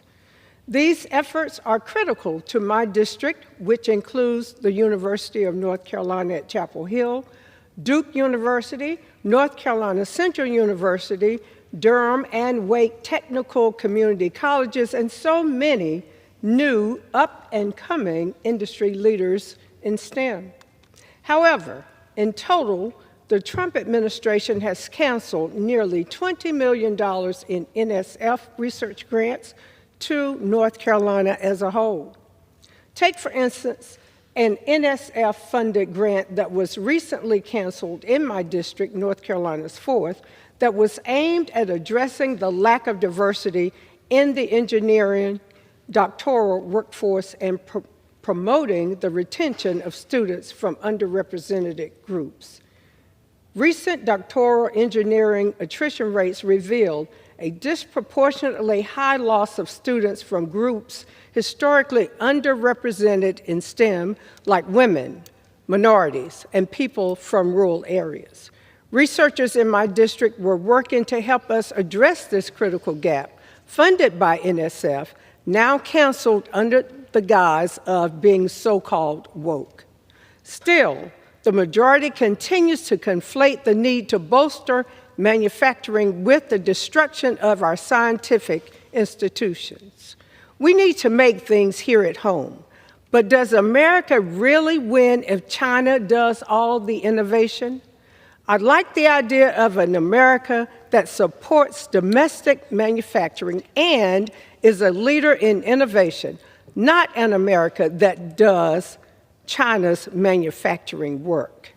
But right now, because of the senseless cuts to NSF, NIH, and scientific institutions across the board, we are instead taking steps toward losing a generation of innovators and helping China lead global STEM innovation, not us. Thank you, and I yield back. Thank you, Congresswoman Foushee, and for your ongoing leadership for women in the sciences and for HBCUs that are also so important to our STEM scientific research enterprise. And with that, Mr. Speaker, I am pleased to pass the floor over to Congresswoman from New Mexico, the great Melanie Stansbury. Thank you, Mr. Speaker, and thank you to our hosts tonight. Donald Trump's war on science is putting our country and our economy in peril, from haphazard firings of federal workers who work on nuclear security and keep our food and medicine safe, to firefighters and healthcare workers. I'm here to say enough is enough. As a proud woman in STEM and a bona fide science nerd, I cannot sit quietly as this administration jeopardizes the scientific advancement of this country. That is why I am here to say enough. Enough of the lies about Project 2025 and its anti-science agenda. Enough with the dismantling of the National Institutes of Health and the Centers for Disease Control and the National Science Foundation. Enough with canceling grants for medical research and STEM programs that ensure our country stays safe and globally competitive. Enough with peddling disinformation that jeopardizes the health and well-being of millions of Americans. And enough with hiring unqualified pundits, influencers, and political loyalists who peddle conspiracy theories and openly admit that no one should rely on them for advice. And you know who I mean. America is a leader in science and technology. We were the first in the world to send a man to the moon. We invented the polio vaccine and DNA sequencing. We invented the microchip, the internet, and GPS. Americans invented the airplane, the light bulb, television, and email, and we've fed the world with our innovations in food and agriculture. But over the last 3.5 months, we have seen an unprecedented attack on our nation's science and technology. Programs gutted, projects halted, and the world's leading scientists and engineers fired for no reason. A budget delivered to Congress just a couple of weeks ago by the president that would cut over $1 billion in science education and workforce programs, that would slash 30% of NOAA's budget and strip the Environmental Protection Agency of more than half of its funding.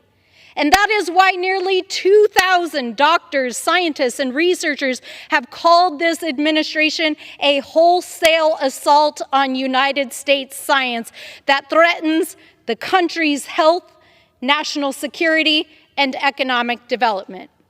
But we are fighting back in Congress, in the courts, and in our communities, conducting oversight, voting no, showing up to agencies, supporting cases across the federal court system, and yes, getting loud in the streets. Because we stand with science, we stand with our scientists and our engineers and our innovators and our healthcare workers. We stand with our federal science and healthcare agencies. We stand with the people of this country who depend on that science and who depend on that innovation to keep us safe and fuel our economy, because that is all of us. So I say to my fellow leaders in STEM, stay strong, stay in the fight. We are fighting with you, and we will win. With that, I yield back. And we thank science nerds and enthusiasts for their work, just as Ms. Stansberry so nicely laid out. And with that, I would like to yield the floor to another great warrior for scientific research and funding and support for the manufacturing economy of this country, a leader in the Congress, Mr. Paul Tonko from New York. Thank you, Representative Stevens, for the kind introduction. Thank you, Representative Subramaniam, for co-hosting this showcasing of supporters of science and tech in our economy and the investments that we can make in our government. You know, no nation can maintain its leadership status in the world without an investment made and an attention paid to science, technology, engineering, and math. It is essential that we grow that population of scientists, of engineers, who can then provide for the muscle of our innovation economy, to allow for that intellectual capacity of this great nation and the pioneer spirit of this nation to continue to foster this growth of product delivery that speaks to the quality of life of people across this great world. We as a nation have been a leader. I think back to the humble beginnings of this nation. In the 1800s, there was a development of an Erie Canal in upstate New York that is still looked to as perhaps the first tech corridor. The eastern mouth of that Erie Canal is included in the geography that I serve in New York's 20th Congressional District in the Greater Capital Region.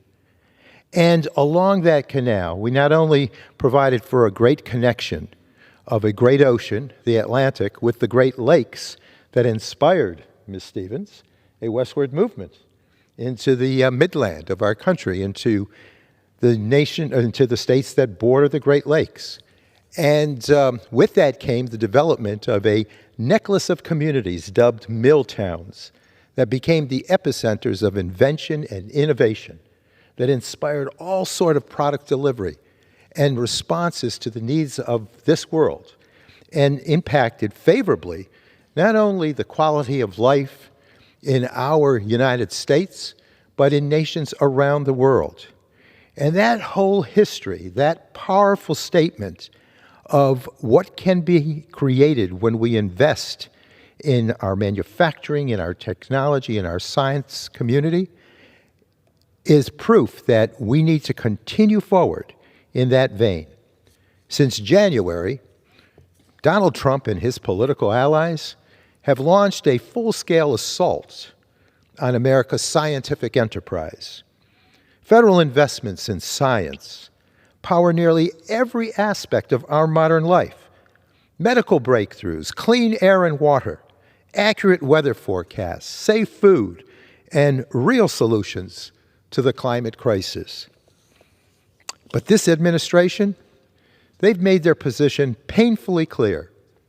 They simply don't care.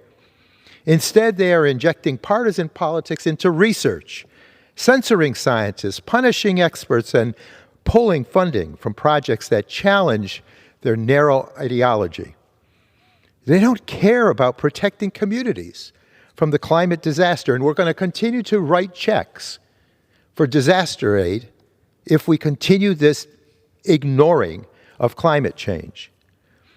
They don't care about preventing the next pandemic. We've learned that science became very much focused upon during the whole COVID crisis. And they don't care about making STEM more inclusive. And they certainly don't care if Americans suffer as a result. This isn't just wrong, it's a blatant attack on scientific integrity. Integrity in research is essential to scientific excellence and to maintaining the public's trust. That's why, as an engineer and lifelong advocate for science, I've made it one of my top priorities in Congress to right the ship of American science policy. As part of that effort, I am indeed proud to lead the Bipartisan Scientific Integrity Act. And tomorrow, we'll be launching the Scientific Integrity Task Force to continue our fight to protect science from political interference. Hands off science. Let that pure product of research get delivered to those decision makers, those policy makers, and let us determine what those findings mean in terms of the need for additional policy and research advocacy. Let us do it in the purest sense. My district, New York's 20th, has felt the effects of these attacks firsthand. Over $715 million in National Science Foundation grants have been terminated in New York's 20th Congressional District alone, including a $1 million award to the University of Albany's Project SAGES. Project SAGES was created to confront one of the deepest, most persistent inequities in science, and that is the underrepresentation of women, especially women of color, in faculty positions. This was peer-reviewed, data-driven, mission-critical science, and we need to make certain that we continue to build upon that. Cutting this program sends a clear message to a generation of researchers. You don't belong. And it doesn't stop there. Another canceled UAlbany NSF grant supported a collaborative study to improve public understanding of population science, especially around climate change, racial justice, and the rise of misinformation. The goal was to equip students and communities with tools to recognize and challenge the misuse of demographic data increasingly weaponized to justify political extremism and division. Does that sound familiar? You bet it does. And SUNY campuses, the state of University System of New York campuses across the state, lost almost $2.5 million in NSF support for programs helping students of color succeed in STEM, through research opportunities, mentorships, and academic support. These students are the future of a diverse and dynamic scientific workforce, and this administration slammed the door in their faces. Let's be clear. These cuts are not about efficiency. They are not about fiscal responsibility. They are rooted in racist, sexist, authoritarian ideology. I will not stay silent while extremists attack our scientists, our students, our universities, and our future. We are woefully underproducing scientists and engineers in our society. You can look at the growth of those communities in other nations, other continents. This country is woefully underproducing. We do not have the luxury of walking away from any one demographic of students out there based on gender, race, ethnicity to meet our goals. We cannot skip over any of those populations. We must stand up. Stand up for science, stand up for equity, and stand up for the truth. And with that, Congresswoman, I yield back. Wonderful. Thank you, Mr. Tonko, and thank you so much for your years of leadership on the Scientific Integrity Act, still very essential legislation for this country. And what a profound honor it is to be with colleagues in this democracy, sharing these views. And with that, we are so pleased to be joined by Congressman from California, Mr. Takano. Thank you to my colleagues, Ms. Stevens and Mr. Subramanian, for hosting this special order hour. Your leadership is much needed, and we appreciate you. Mr. Speaker, I rise today, or Madam Speaker, I rise today because something is deeply wrong. The Trump administration is gutting our nation's scientific infrastructure and doing it with purpose. This isn't some misunderstanding or clerical error. It's an attack on research, on truth, on the people who have dedicated their lives to making our country stronger, smarter, and healthier. Thousands of scientists have been laid off. Grants approved by Congress are being withheld. Whole labs are shutting down. And now the administration wants to slash funding for the NIH, the CDC, the Department of Energy's labs, and the university partnerships that have built the modern American economy. They call this reform. It's not reform. It's a dagger to the heart of American innovation. Let's be honest about what's going on here. Elon Musk and the so-called Department of Government Efficiency are using the federal government to settle scores. Cancer trials? Non-essential. Now, national science databases? Too expensive. That's not policy, it's a crusade against expertise. Last month, I sat down with 5 undergraduate researchers at UC Riverside. They are doing remarkable work on everything from climate change to biomedical engineering. Their students are bright, their ideas are bold, and their funding is suddenly at risk, not because the science failed, but because politics did. And while the fire researchers and other countries are sending job offers, while we fire researchers, other countries are sending job offers. France, Germany, Canada, Australia, they're rolling out the red carpet for the scientists we're pushing out the door. And while we make it harder for international students, researchers, and the greatest minds around the world to come and bring their talent, other countries are offering funding, housing, and guaranteed lab space. One institute called it a quote-unquote once-in-a-century brain drain, brain gain opportunity, a once-in-a-century brain gain opportunity for other countries. This is what it looks like when a country values science, and meanwhile, we are bleeding talent. As ranking member of the House Veterans Affairs Committee, I need to speak plainly. Our veterans are being hurt too. In Pennsylvania, doctors at VA hospitals warned that life-saving cancer trials were being shut down. I was told by the secretary, just when I rushed from that hearing, that they really weren't being shut down. But there's a lot of questions around what the status of these trials are. More than 1,000 veterans at risk of losing access to treatments for head and neck cancer, kidney disease, and traumatic brain injuries. Some of these trials have not been restarted. In Pittsburgh, a study for veterans struggling with opioid addiction stalled out when a hiring freeze hit. In Los Angeles, all chemotherapy treatments almost stopped entirely before the VA reversed course. These are not just numbers, these are people. These are veterans. Veterans who stepped up for this country, now wondering why the country will not step up for them. We passed the PACT Act to expand care to those exposed to burn pits and other toxins. It was the largest expansion of veterans' care in generations, making good on a promise to help those who served our nation. Now it is being broken. And while all of this is happening, China is investing billions in biotech, AI, and clean energy.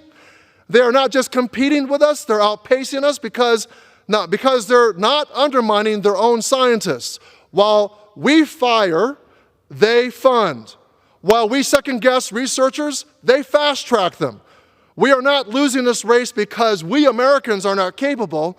We are losing because we are allowing a government to sabotage them. Today, some of the National Science Foundation scientists who were fired may be watching from the gallery. Others, grad students, postdocs, public health experts, are tuning in from their labs and classrooms across the country. And to all of you, I want to say this. We see you, we value you, and we're not giving up on you. Because this is not about science. It is about who we are as a country. Do we invest in the people solving cancer? or do we dismiss them as expendable? Do we stand by our veterans mid-treatment, or do we tell them to wait until the budget looks better? Do we fight to stay at the forefront of discovery and innovation, or do we hand the future to someone else? Mr. Speaker, I represent a region full of young people who believe they can cure disease, fight climate change, and explore the stars. What message are we sending them right now? We should be investing in their future, not pulling the rug out from underneath them. I urge my colleagues, reject these cuts. Reject this anti-science, anti-veteran agenda. Let us fight for the truth, for our researchers, for our vets, and for the country we still have a chance to become. Thank you, and I yield back. Thank you. And with about a minute left, we are going to have Mr. Subramanian, who is such a leader, and we're so proud of you for helping with this special hour close us out. Thank you, Congresswoman Stevens. I'll keep it very short. A study a few weeks ago said that a 25% reduction in public support for science and research would correlate to a 3.8% drop in economic output. That's the same as the Great Recession. That's how bad it would be. And protecting science funding is not just about labs or some agencies. It's about preserving hope for families across the country, because these cuts are bad for our economy, for small businesses, for parents, children, teachers, patients, you name it. Our country cannot afford these massive cuts to science and innovation. We must reject these cuts and stand up for the health, safety, and prosperity of every American. I yield back. And we will continue to use our voices, and yes, to every scientific researcher, science student, and American wondering, we have your back. We will use our voices, and we will not be silent in the face of these cuts. Thank you, Madam Speaker, and we yield back from this special order hour. The gentlelady yields. Under the Speaker's announced policy of January 3rd, 2025, the gentleman from Colorado, Mr. Evans, is recognized for 60 minutes as a designee of the Majority Leader. Madam Speaker, I ask unanimous consent that all members have 5 legislative days to revise and extend their remarks and to submit extraneous materials on the subject of this special order. Without objection. Thank you, Madam Speaker. And now I would like to yield 5 minutes to a fellow former law enforcement officer who served in the Duluth Police Department, the distinguished gentleman from Minnesota, Representative Stopper. Thank you very much, Representative Evans. Madam Speaker, this Police Week is a somber one for Minnesotans, as we have lost 3 brave officers in the line of duty: Paul Elmstrand, Matthew Ruge, and Jamal Mitchell. I would also be remiss if I did not acknowledge firefighter paramedic Adam Finseth. In February 2024, Paul Elmstrand and Matthew Ruge were attempting to negotiate with a convicted felon who had taken several family members hostage, including 7 children. After 3.5 hours of negotiations, the subject opened fire on the officers. Firefighter paramedic Adam Finseth was fired on while trying to help the wounded officers to an armored vehicle. On February 18th, 2024, officers Elmstrand and Ruge and firefighter paramedic Finseth did not return home to their families. In May of 2024, officers responded to the shots fired in Minneapolis, Minnesota. When the officers arrived, a gunfight ensued. Officer Jamal Mitchell stopped to help what he thought was a wounded victim on the ground. The subject opened multiple rounds and fired upon Officer Mitchell. On May 30th, 2024, Officer Jamal Mitchell did not return home to his family. I visited the National Law Enforcement Officers Memorial yesterday morning. I saw the names of these men etched into the walls alongside their brothers and sisters who have also paid the ultimate sacrifice. I saw the pictures and the notes left behind by loved ones. I saw the Minneapolis police patch accompanied by 2 beers, a silent farewell from a colleague who never got that last drink with their friend. Every year, we have to put more names on that wall, and every year it is just as heartbreaking as the last. We have to do better by the men and women who serve our communities. We have to support them in their actions, our policies, and our rhetoric. We need to care for their families as if they were our own. Thank you to those who put on the law enforcement uniform every day, who kiss their families goodbye, not knowing if they will come home. It is because of you our communities and our loved ones are safe. To my fellow law enforcement officers across this great nation, in big communities and small communities, although my time in uniform may be over, my watch will never end. Please know I will use my time in office to serve you and your families always. And I yield back. Thank you for those words. Thanks. It's truly meaningful. And I would now like to yield such time as he may consume to the distinguished gentleman from Texas, Representative Elsie. Thank you, my friend from Colorado, and to my friend from Minnesota, both police officers, and of course you were a fellow helicopter pilot, unrestricted aviator, and I want to thank you for the time that you've given me today. Madam Speaker, today I'd like to honor a friend of mine and a true American patriot, Commander Bruce Puppy Fecht. Born November 16, 1955, passed away March 16, 2025. Captain Bruce William Fecht, U.S. Navy retired, a true American hero, passed away on March 16, 2025 at the age of 69. He was born in Missoula, Montana to Robert William Fecht and Marjorie June Fair. When he was a young boy, the family, along with older sister Bobby, moved to Spokane, Washington, where the family grew to include his two younger sisters, Rebecca and Brenda. Bruce went to Meade High School, where he was a standout basketball player. He continued his education and basketball prowess at Spokane Community College, eventually completing his electrical engineering degree at UW. His first job at AT&T offered the comfort of a 9-to-5 routine, but it was the thrill of flight that ultimately called to him. Bruce pursued his dream of becoming a naval aviator, applying to and being accepted into Aviation Officer Candidate School in Pensacola, Florida. He was commissioned in 1982, and 1 year later, in April 1983, he received his Wings of Gold in Beeville, Texas, marking the beginning of a distinguished career in the skies. For the next decade, Bruce, call sign Puppy, we'll talk about that in a bit, served with distinction in various squadrons, including the VF-124 Gunslingers, VF-111 Sundowners, VF-126 Bandits, and VF-1 Wolfpack, flying the iconic F-14A and F-14D Tomcat, along with the T-2C, A-4E, and F-16N. He completed multiple deployments aboard aircraft carriers like the Carl Vinson, Ranger, and Enterprise. He also graduated from Fighter Weapons School, Top Gun, Adversary Course, and earned a Master of Science degree in Systems Management from the University of Southern California. Bruce was selected as an extra for the movie Top Gun, and you can see him a couple of times, which was filmed on site in Miramar and can be seen in the infamous Top Gun group photo used in the movie. Bruce's career was defined not only by his technical skills and unmatched piloting abilities, but also by his leadership.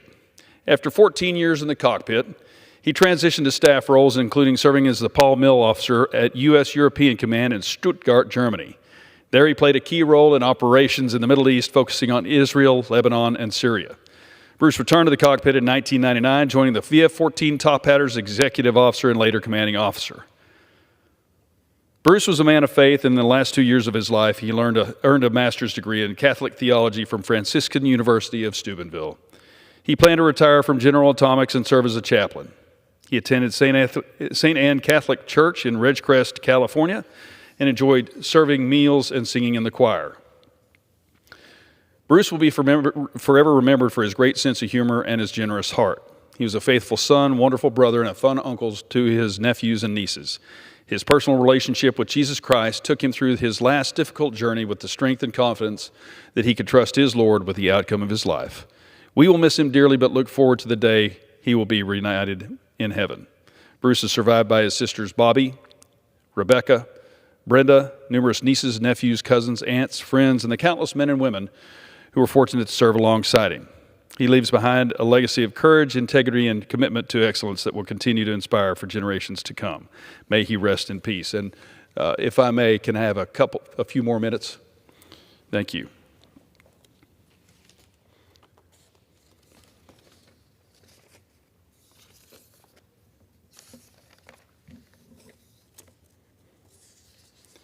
Ladies and gentlemen, it is Police Week, and in honor of Police Week, I want to recognize two remarkable individuals whose bravery and dedication serve as examples of heroism in our communities.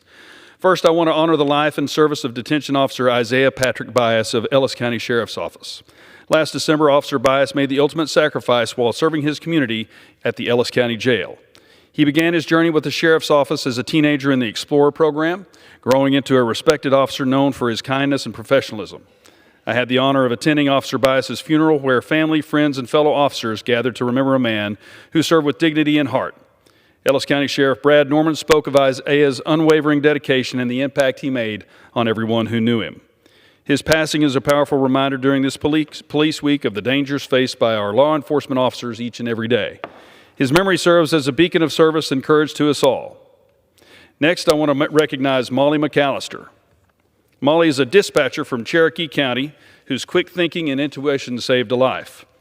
Most days, Molly takes calls about all kinds of things: lost pets, traffic accidents, folks just needing a little help. But one day, she picked up the phone and it was different. A woman called asking about her child's eye prescription. Now, that might sound like an odd call for 911, but Molly picked up on something, a hesitation, a tone in her voice. She knew something wasn't right. She sensed fear and desperation from the other side of the phone. Rather than brushing it off, Molly followed her instincts. She coordinated with deputies in the area and sent them to the caller's location. And thank God she did, because that woman was being held at gunpoint. Because of her actions, the suspect was arrested, and that caller is still with us today. That's real heroism. Not the kind you read about in big headlines, but the kind that happens every single day in our communities because people like Molly are paying attention. She listened, she cared, and because of that, a life was saved. Molly reminds us that sometimes the most important thing you can do is simply listen and act. Today, I was privileged to recognize these two heroes, but I'm not the only one you've heard from today, and these are not the only two people in my district who deserve recognition. Mr. Speaker, I yield back. Thank you for those incredibly moving tributes and for the words and the memories and the recognition. I would now like to yield such time as he may consume to the representative from California's 23rd District and a fellow member of the Energy and Commerce Committee, Mr. Obernolte.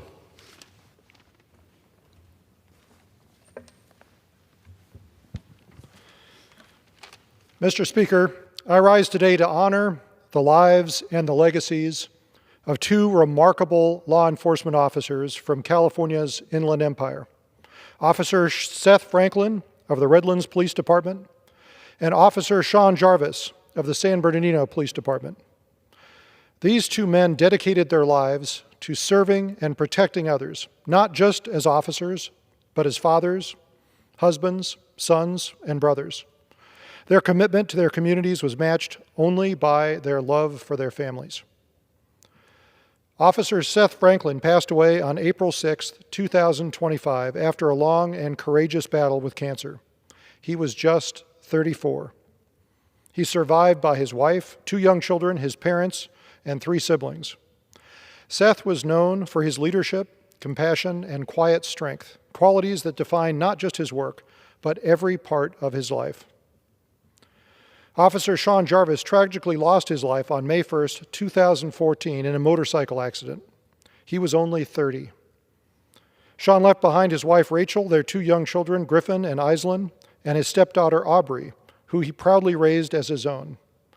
He was a deeply devoted family man who made time for the moments that mattered, whether it was coaching Little League or walking his daughters to her first day of school year after year after year.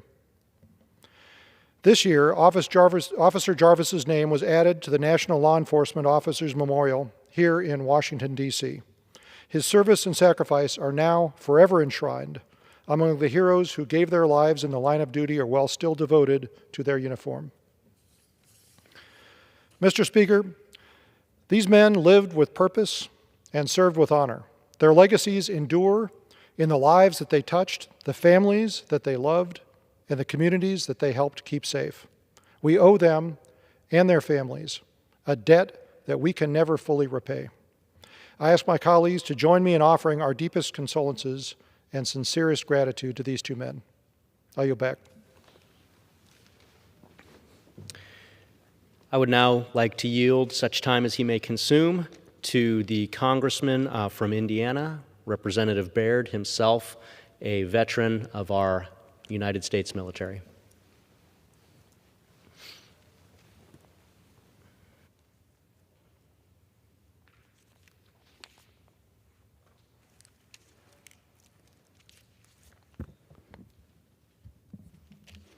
I thank the gentleman from Colorado for yielding me this time. And Madam Speaker, every single day our brave men and women in blue leave their families and not knowing if they'll return home. During the National Police Week, we pause to show our gratitude for our law enforcement officers and recognize the sacrifices that they make every single day to keep our communities safe. Today, I would particularly like to recognize Fred Fissler from the Hendricks County Sheriff's Office and Brandon Schreiber from the Newton County Sheriff's Office, two constituents of mine who tragically lost their lives in the line of duty in 2024. Their service and sacrifice will not be forgotten. To the law enforcement officers across the state of Indiana, thank you for your unwavering courage, dedication, and service to our communities. I also want to thank the families of our law enforcement officers. Your strength, resilience, and sacrifices should also be honored and appreciated. Let this week serve as a reminder that we should always back the blue. Thank you, and I yield back.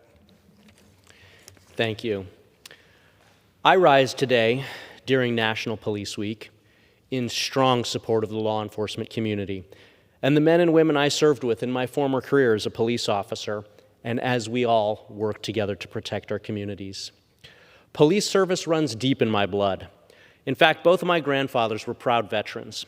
One of them, my abuelito, Cuauhtemoc Chavez, earned his citizenship in World War II, along with 2 Purple Hearts. My other grandfather, Gregory Evans, was a career naval aviator. He believed that service to this country wasn't just an obligation, it was a privilege. And that belief has shaped who I am today. From a young age, I was taught that truly loving this country means being willing to serve, to protect, and to sacrifice for it. And that lesson has stayed with me and led me to serve 12 years in the U.S. Army and the Colorado Army National Guard, and later to my 10 years of service with the Arvada Police Department. Wearing the uniform teaches you so much about leadership, about resilience and responsibility. It gives a deeper understanding and respect for the men and women who put themselves in harm's way for others. These are the people who don't just talk about courage and service, they live it. During my first term here in Congress, I've made it a priority to defend and honor our law enforcement officers, especially those who have given everything in the line of duty. The very first bill I introduced as a member of this House was about defending and uplifting our state and local law enforcement, the Uplift Act. This bill is about empowering law enforcement officers to do their jobs and keep our community safe by extending hold harmless protections to officers that work with federal law enforcement to remove people who are illegally present in our communities and who are committing other crimes. In fact, I found out just today that a friend of mine had lost a daughter, Caitlin Weaver, to an illegal immigrant who was driving over 90 miles an hour in a 45-mile-an-hour zone and created a fatal traffic accident. Unfortunately, the state that I represent, Colorado, continues to prioritize the protection of illegal immigrants who commit crimes over the safety of innocent American citizens like Caitlin. While Colorado has been a sanctuary state for nearly 6 years, the state legislature continues to handcuff police officers from cooperating with their federal law enforcement counterparts. Colorado also severely restricts local police officers from being able to even safely and orderly transfer a criminal to federal custody, which jeopardizes officer safety and results in our police officers being assaulted. My bill, the Uplift Act, would help fix this problem, and as a former cop, I will never stop advocating for the protection and well-being of law enforcement. While my first bill focused on defending law enforcement, my most recent one focuses on honoring law enforcement. As someone who's worn the badge, I know firsthand the sacrifice and commitment that the job requires. Law enforcement isn't just a profession, it's a calling. It takes a special kind of person to wake up every day knowing the risks, knowing the dangers, knowing that that might be their last day, and they still put on the uniform and go to work. John 15:13 talks about the greatest love that someone has is being willing to lay down their life for their friends. Police officers across our country embody that kind of love every single day when they go out and they protect our communities. When I think about this fundamental principle of law enforcement, I think about officers from my district. I think about folks like Weld County Sheriff's Deputy Sam Brownlee. A devoted husband, father, and stepfather, Deputy Brownlee was tragically shot and killed in the line of duty in 2010 during a struggle with a gang member. He served with distinction for 5 years with the Weld County Sheriff's Department and was always committed to protecting his community. Deputy Brownlee's story is one that should never be forgotten. His sacrifice is a solemn reminder of the risks that our law enforcement officers face every day and the courage it takes to wear the badge. That's why I'm proud to announce that this week, during National Police Week, I introduced a bill to rename the Evans Post Office in Weld County after Deputy Brownlee, to ensure that the community that he loved is able to properly honor and remember his courage, his service, and his enduring legacy. In a time when law enforcement officers across this country face growing threats and far too little appreciation, we must do more to recognize their bravery, their sacrifice, and their families. This bill is a tribute not just to Deputy Brownlee, but to every officer who's laid down their life in defense of their community and the families that they left behind. I look forward to continuing to build support for this bill with the Colorado delegation and work to getting it signed into law. Part of my passion in doing this comes from one of these specific assignments that I had when I was a police officer. I served in a variety of capacities, but one of the most meaningful was serving as a member of, a sergeant of, and the lieutenant for our Honor Guard. The Honor Guard is the agency within a police department that is responsible for conducting a variety of ceremonies. They do the flag postings at civic events.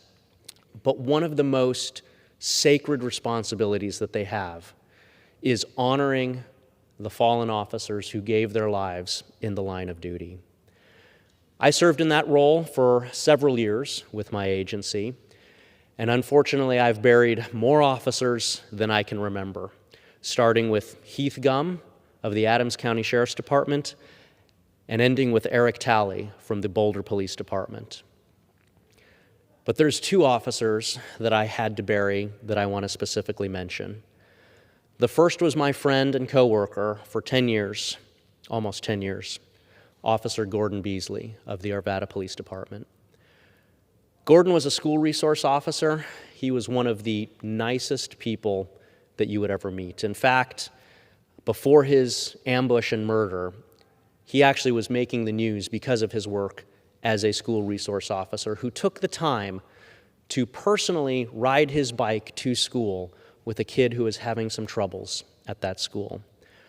Officer Beasley truly embodied what it meant to serve your community, to protect your community, and to work alongside with your community to make sure that everyone gets the best possible outcome that they possibly can. He had a life motto, and his life motto was find the good. Find the good in every person and in every situation.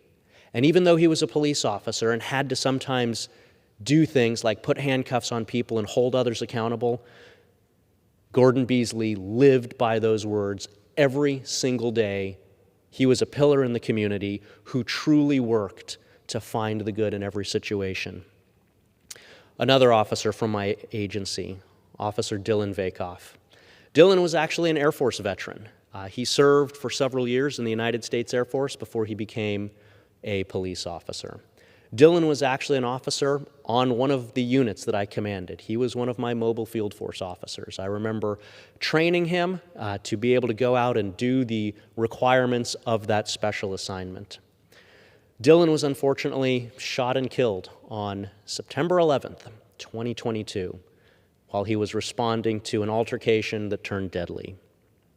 Dylan also had a motto that he lived by. I can't say it on the floor of this House, but the acronym for it is NFQ. It means never quit. Dylan was somebody who never quit. He never quit in his commitment to his country.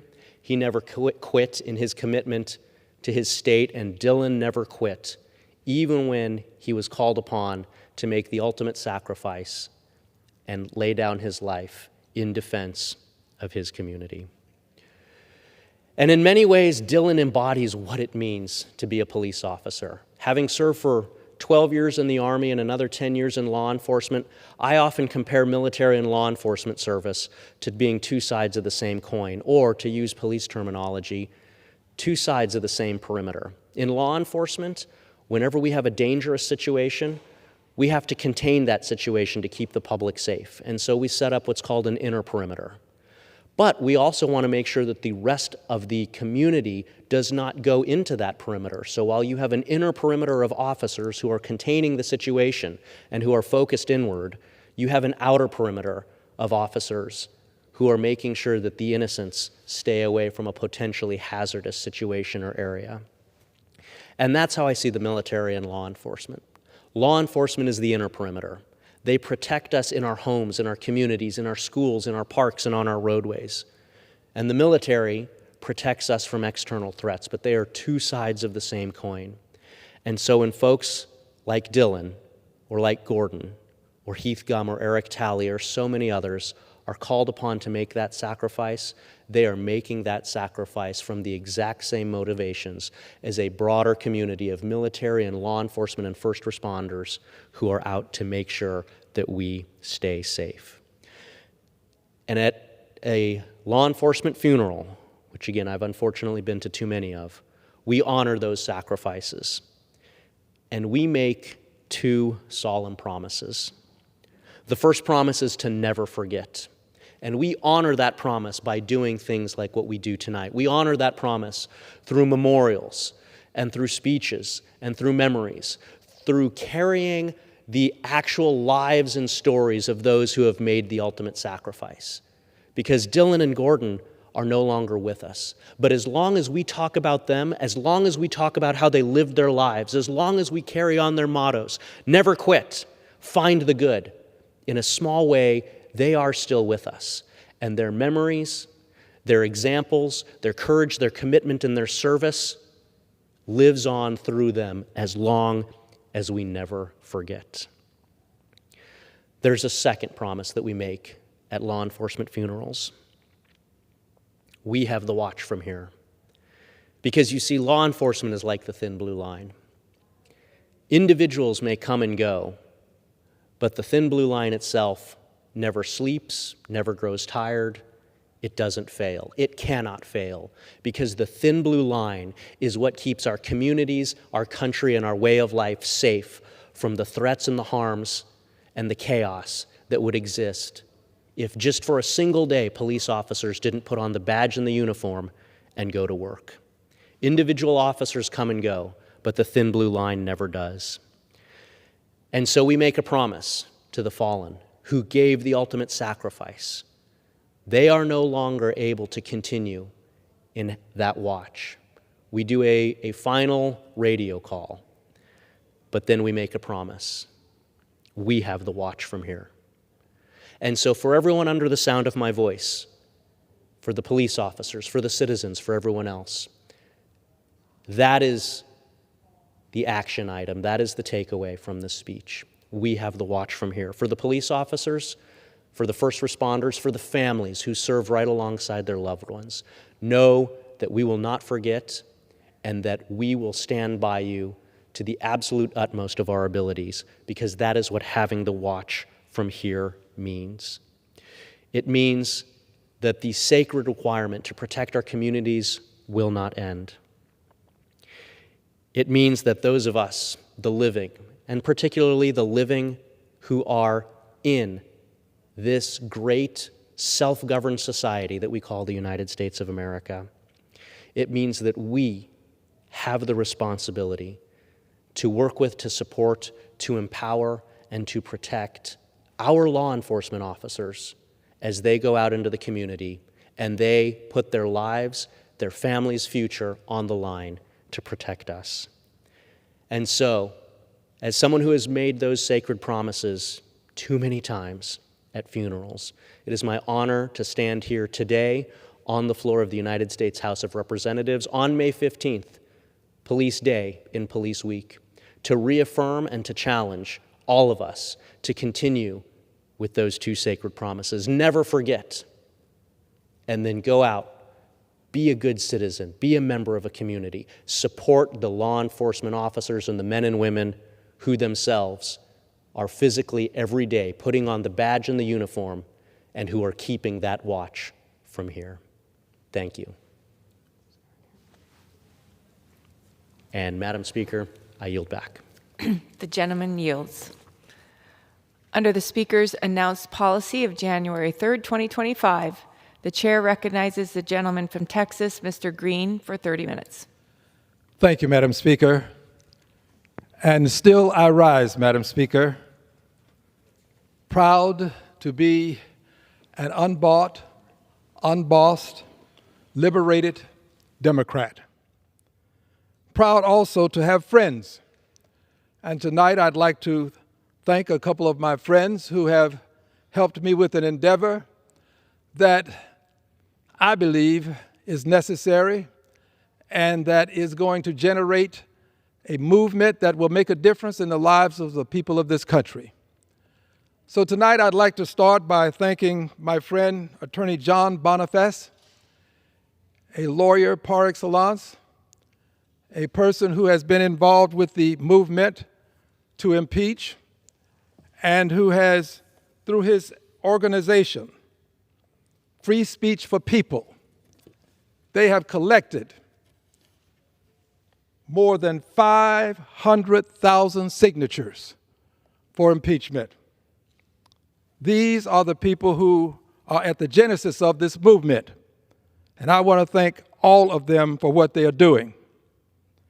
I also would like to thank another friend, lawyer as well, but a great consumer advocate, a protector of rights for people who we consider consumers. And that, of course, is the attorney Ralph Nader, the great Ralph Nader. And while I missed his last birthday, I heard it was quite a celebration. He is 91 years young, and I'm grateful to him for all that he's done. He's done things that have benefited people when it comes to safety with automobiles, safety with consumer products, generally speaking. So I thank them both for what they've done in this effort to impeach and to inspire me to do the things that I will do and call to your attention. I would also like to make note that on this evening, I have filed articles of impeachment. The articles are H-Res 415. I say articles, there's really but one article within this resolution. I will not read the resolution. There will be an appropriate time to read it. This is not that time. But I do want to call to your attention the fact that I have been censured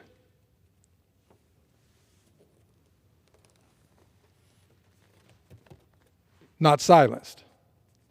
And I say this because I'll be presenting this resolution, but I have many more things to say about the effort that we are embarking upon. And because this effort is so important to us, I will be talking about it a good deal of the time in the future. I am censured, but I'm not silenced. I am at this moment bringing to the attention of everyone the countdown to impeachment. The countdown. The countdown begins tonight with a message that I have for my colleagues, for the press, for the public, for all who are interested in this topic. And this message will be sent to persons. It will be published. It will be on my website. It will be available to those who desire to know the essence of it. The message reads with a reference, and the reference is my reason for impeaching the president. The threat that we said Donald John Trump posed to democracy prior to his being sworn in on January 20th, 2025, has become our reality.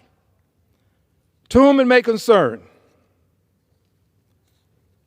I penned this communique with a heavy heart, driven with a conscience that will not allow me to ignore my well-founded, strong pre-election condemnation of Donald John Trump as a threat to American democracy that has now become our reality.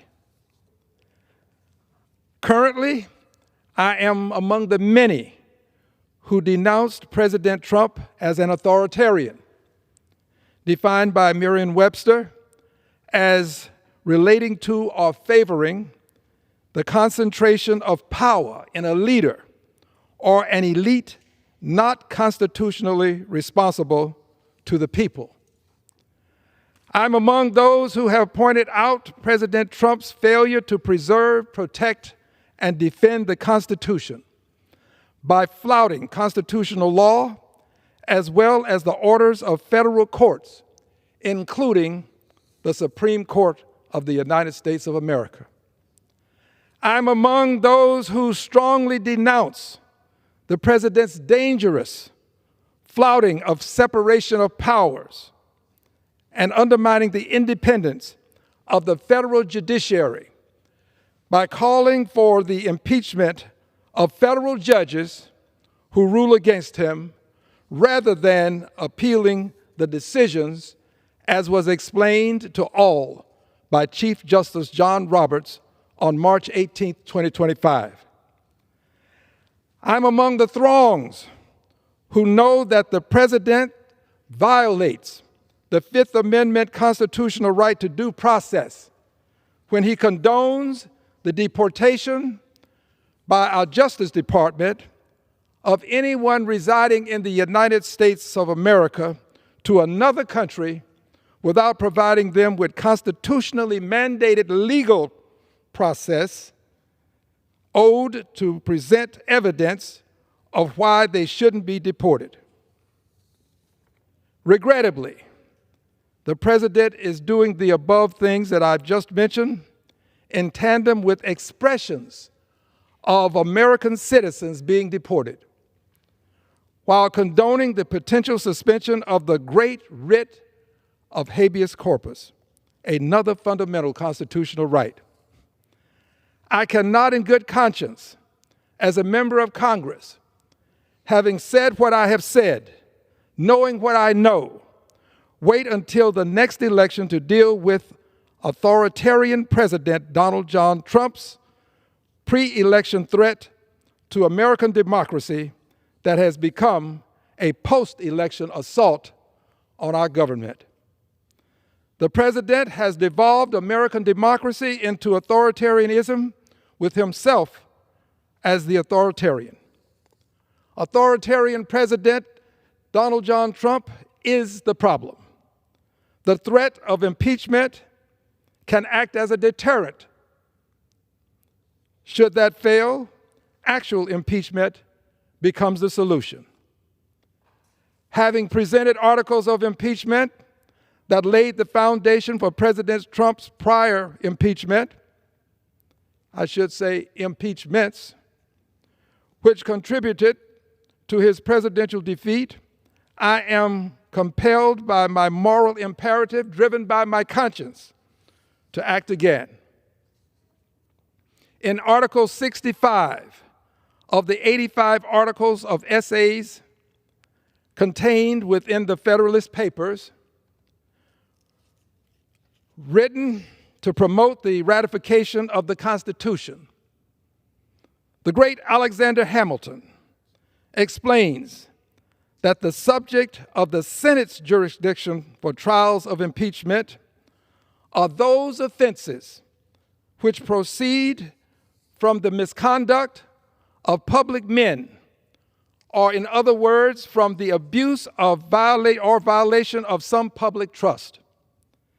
They are of a nature which may, with peculiar propriety, be denominated political, as they relate chiefly to injuries done immediately to society itself.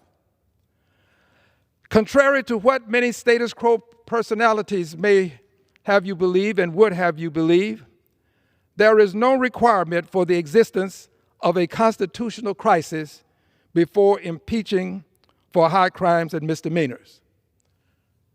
Because of the importance of this statement, I shall repeat it. Contrary to what many status quo personalities would have us believe, there is no requirement for the existence of a constitutional crisis before impeaching for high crimes and misdemeanors. In fact, in 1868, President Andrew Johnson was impeached for speaking ill of Congress in Article 10 of the Articles of Impeachment against him. Federal Judge John Pickering became the first person convicted by the Senate. He was impeached by the U.S. House of Representatives in 1803 for misconduct as a judge and for intoxication. He was impeached and convicted under the same constitutional law that all presidents have been impeached under. Typically, there has been no constitutional crisis associated with articles of impeachment. I have to repeat this because there seems to be the notion that you must wait for the constitutional crisis before you can initiate impeachment. Typically, there has been no constitutional crisis associated with articles of impeachment, although a constitutional crisis can exist without any crime having been committed. An authoritarian does not have to commit a codified statutory offense to be impeached. I raise this point because there are many people who are of the opinion that there must be some statutory criminal law that has been violated before one can be impeached. Not the case. Not the case at all. The constitutional law that authoritarian President Trump would have Congress use to impeach a federal judge for ruling against him, that would be Article 2, Section 4 of the United States Constitution, is the same law that has been used and can be used to impeach him again for making his threats to democracy a reality. I will use that law again. Former President Gerald Ford was right. He was right then and now when he proclaimed that an impeachable offense is whatever a majority of the House of Representatives considers it to be at a given moment in history. Whatever a majority of the House of Representatives consider it to be at a given moment in history. For edification purposes, the members of the House who vote on impeachment are not given any instructions as you might expect a jury to be given. No one can tell them what the definition is such that they must honor what they are told. People can suggest, but ultimately, they are the judges of what impeachment is, and the standard that they use, they need not reveal to anyone. Waiting for a constitutional crisis to impeach can be the forerunner to tanks on American streets. Acting now with my single vote to impeach can function as a wake-up call to impeach, as well as deter an authoritarian president and avert a constitutional crisis. I believe in the power of one. I believe that one person can make a difference. I believe that one person who has the ability to take a stand to make a difference, I believe that that one person should. Acting now, as was done before, can also become a part of the genesis of a public movement similar to that which led to authoritarian Donald Trump's prior impeachments and defeat at the polls in 2020, the presidential election year when he was defeated. I said now, acting now could become the genesis of a public movement. That is the movement that my good friends with Free Speech for People have initiated, the movement that people across the country are engaged in and talking about. I don't claim that what we're doing tonight is the genesis. I think it is a part, but I don't think it is the genesis. And as such, I would say to persons who would tell me, well, he won't run again. Why would you impeach? To them, I would say, because he doesn't have to have another term within this term of office. I believe that he can be impeached for what he has done immediately.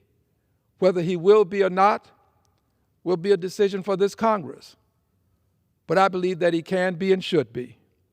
And although he won't run again, members of Congress who aid and abet America's devolution into authoritarianism will. This bears repeating as well. Although he won't run again, members of Congress who aid and abet America's devolution into authoritarianism will.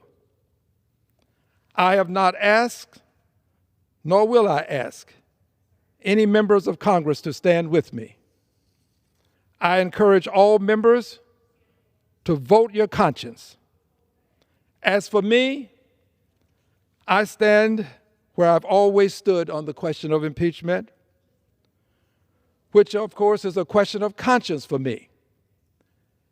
And because it's a question of conscience, even when the odds are against me, my position is, it is better for me to stand alone than not stand at all. And if I have to, it won't be the first time. I believe that it is a question of conscience because it impacts the entire country. It impacts the lives of people within the country. The act that would bring us to the point of impeaching is something that impacts society in a negative way, impacts the lives of people in an adverse way. I believe this is a question of conscience. And because I believe it's a question of conscience, I don't tell others how they should conduct themselves. And I've not had any members to tell me how I should conduct myself. I believe that how I conduct myself in terms of trying to do what I perceive to be the right thing is something that is between me and my conscience. As a member of Congress, I consider these actions by authoritarian President Trump harmful to society and impeachable. Condoning the flouting of federal court orders, flouting the separation of powers, undermining the independence of the federal judiciary, and flouting the constitutional mandate of due process, all of which have devolved our democracy into authoritarianism. I opposed authoritarian President Donald Trump's behavior that made him a threat to our democracy prior to his election and have witnessed that threat become a reality. Therefore, I cannot in good conscience fail to take action that the Constitution provides to protect the American people. Dr. Martin Luther King Jr. addressed such questions of conscience when he proclaimed, "Cowardice will ask the question when you're confronting these questions of conscience." This is what he said. Cowardice will ask the question, is it safe? Is this the safe thing for me to do? Can I get hurt physically by doing this? Is it safe for me to traverse my neighborhood, to move across the country? Is it safe for me to do it? Cowardice asks this question. He goes on to say, expediency asks the question, is it politic? Is this good for politics? Will this help me to ascend to some lofty position? Or will this bring me down? Will this be something that can hurt my career? This is what Dr. King is saying. Is it politic? And then he says vanity. Ask the question, is it popular? Will I lose my smiles that I'm greeted with? Will the people that normally carry on conversations avoid me? Will they seek to make me a pariah simply because I have done what I believe to be right? Not telling anybody else what they must do. This is what Dr. King is saying. Is it popular? And then he goes on to say, but conscience asks the question, and I say the ultimate question. Conscience asks the question, is it right? And then he closes with this crescendo. There comes a time when one must take a position that is neither safe, nor politic, nor popular. One must take it because conscience dictates, conscience tells one that it is right. I understand that my stance may be neither safe, nor politic, nor popular, but I honor the wisdom of Dr. King and take my stance because my conscience says it's right. It is not unusual for the U.S. House of Representatives to vote multiple times before passing important legislation. Although the first vote is not always the victorious vote, it is not always the final vote, but it can be a foundational vote. It can be the vote that can lay the predicate for things to come. I have filed and will make H-Res 415.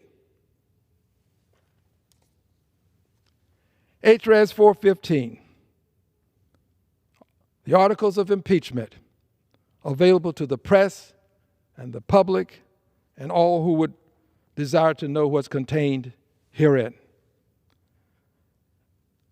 I will call for a vote to impeach authoritarian Donald John Trump at a time to be determined, knowing that the American people don't expect me to always win. I want to elaborate on this before I could finish this sentence. The American people don't expect me. I don't speak for anybody else. This is my belief. I don't believe that the American people expect me to always win. But they do want to know that on the great issues of my time, when there was great challenge and controversy, they want to know where I stood and where I stand. They want to know, are you willing to fight for the people that you represent? Are you willing to take a stand for people you'll never meet and greet, but do it because it is not only the right thing, it's the righteous thing? So the American people don't expect me to always win. And I sometimes measure my friendships by the people who are willing to fight. Fight even when the odds are against you. Fight even when you know that you're not likely to be victorious. I think there's something about people who are willing to take up a cause because they know it's a cause worthy and worthwhile, a cause that can make a difference in the lives of people. You may not win, but you'll know that you took a stand for righteousness, that you made a difference, maybe not at that moment, but in the long run, the difference will be made. So the American people don't expect me to always win. However, I do believe they expect me to always fight. And I don't mean in a pugilistic fashion with fisticuffs. I mean to stand up and be counted on the great issues of my time and their time, our time, on the issues that confront the nation and indeed the world. I'm honored that the American people have allowed me to have this position. And I'm not going to allow posterity to look back upon my tenure in Congress and say that when we had the opportunity, or I had the opportunity, to take a stand for justice even when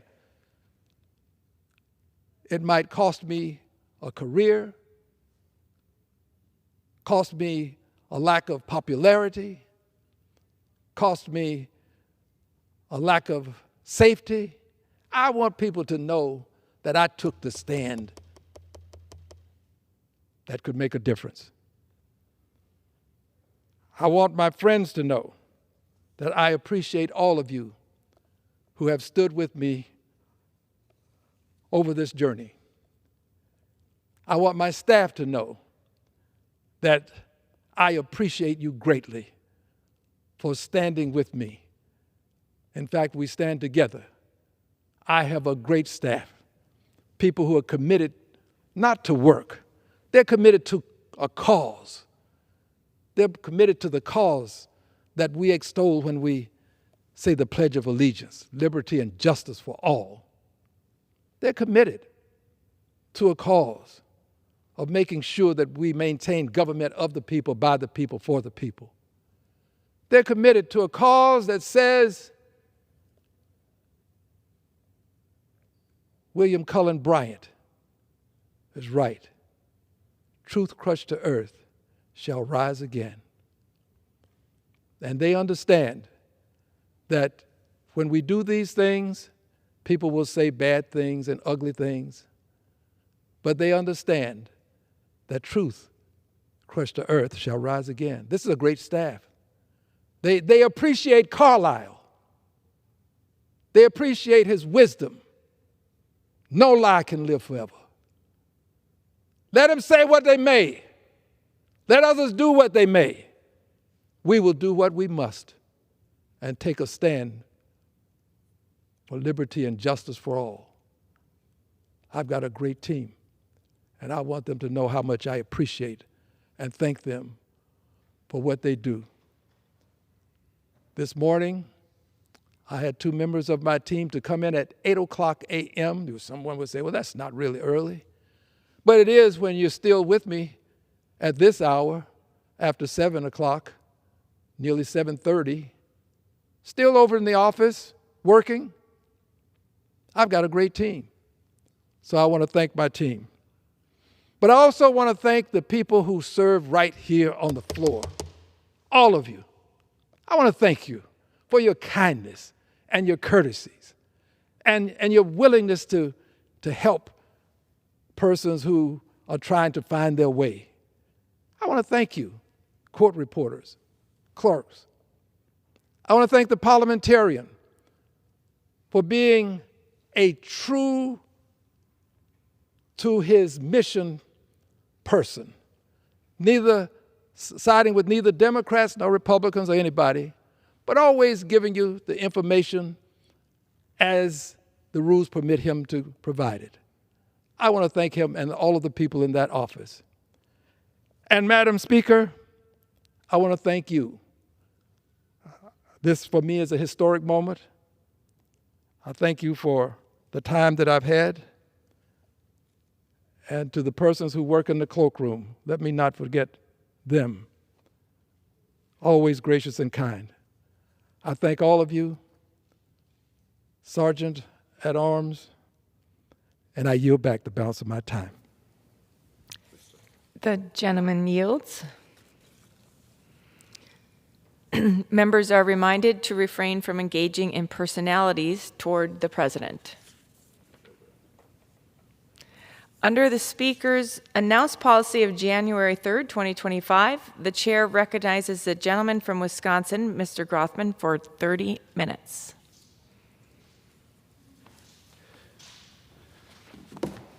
Thank you.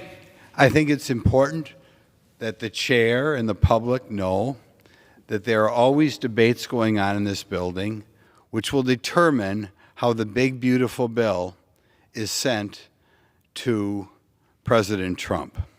One of those debates involves the state and local tax deduction.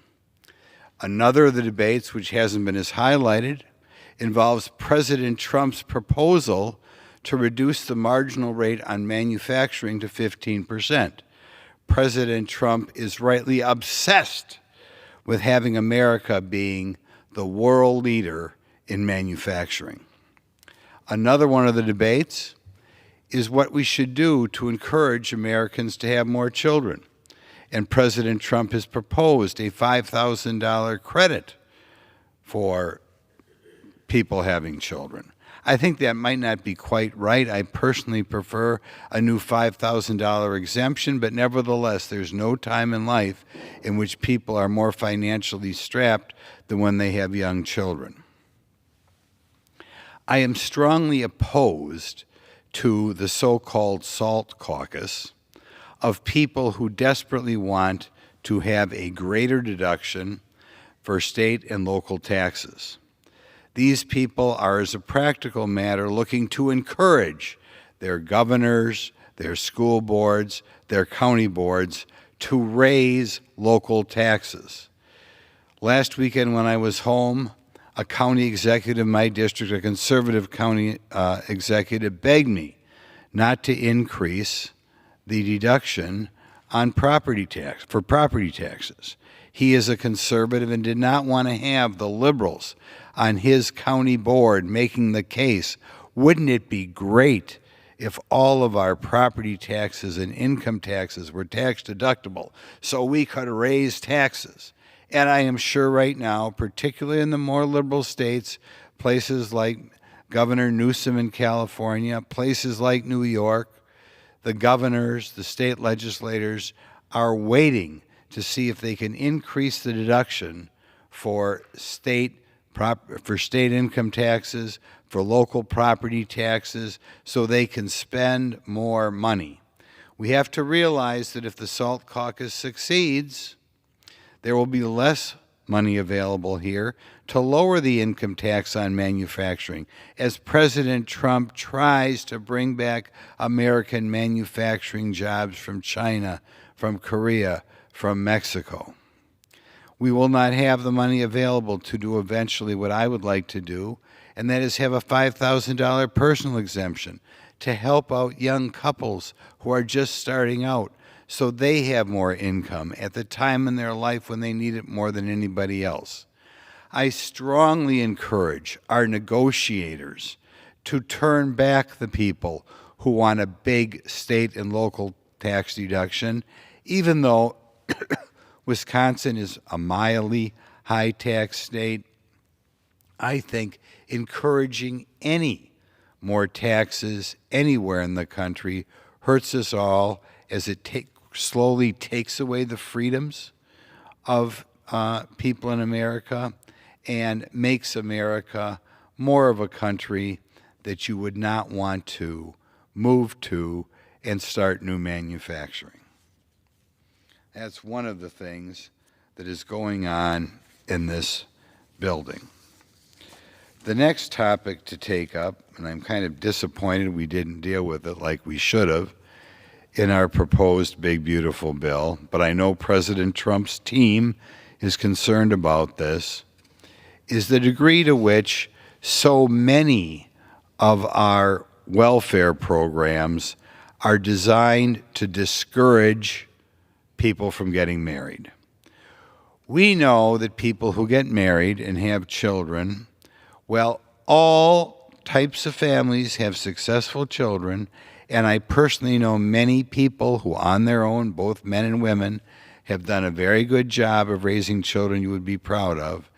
In the long run, it is not fair to the next generation to discourage people from getting married and having children. Right now, there are many, many federal programs, what used to be called food stamps, the low-income housing, the Medicaid, which is health care for the poor, the Pell Grants. All of these programs are designed to penalize young couples who get married. If you have a single parent, they may be eligible for all of these programs. If you are married, you may be eligible for none of the programs. I think the most generous of the group is low-income housing or Section 8 vouchers, whatever. But in any event, it's not unusual to look up a hypothetical in which if a woman marries, say, the father of her children, she will lose $25,000 to $30,000 a year.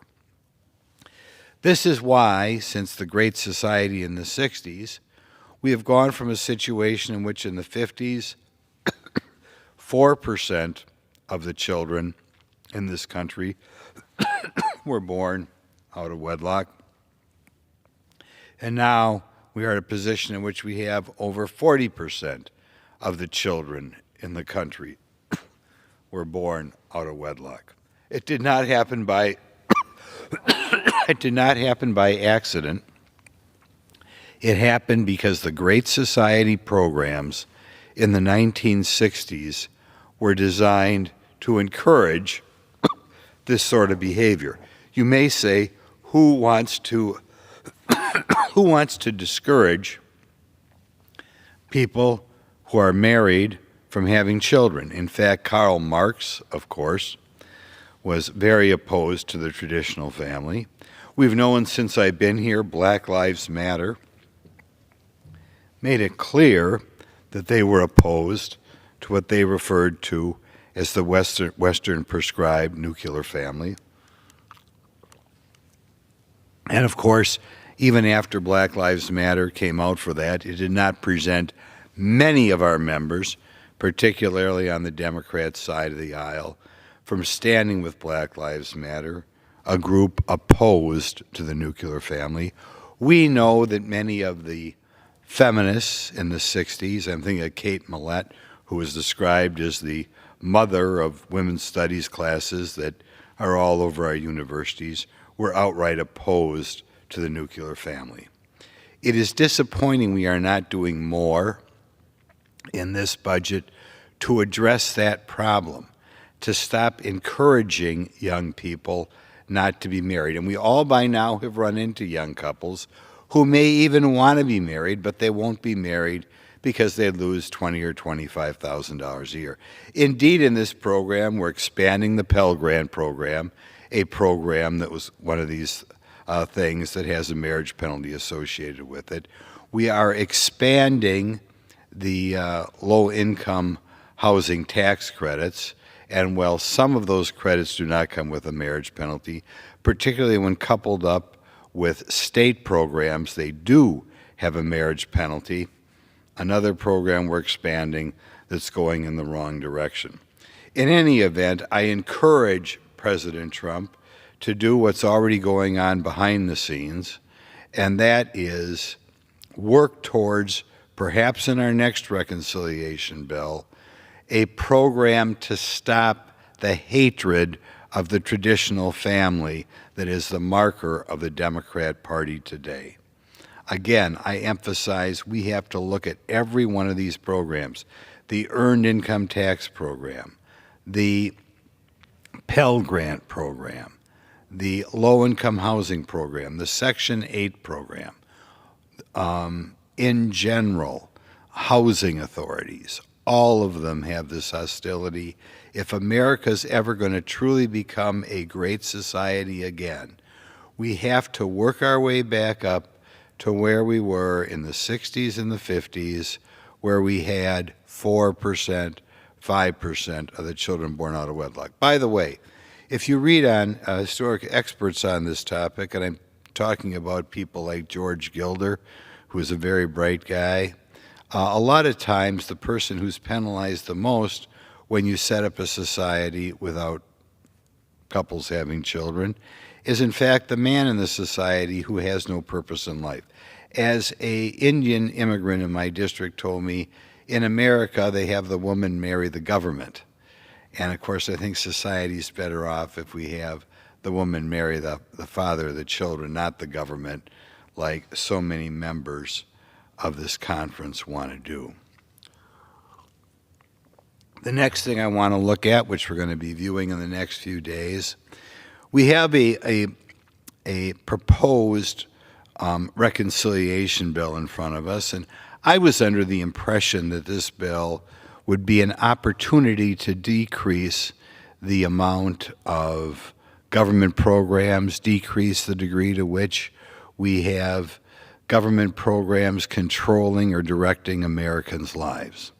One of those programs that I really don't like, the more I talk to experts on the topic, is something called low-income tax credits. These low-income tax credits are tax credits given to property developers equal to 10% of the value of what they spend on new apartments for 9 years in a row.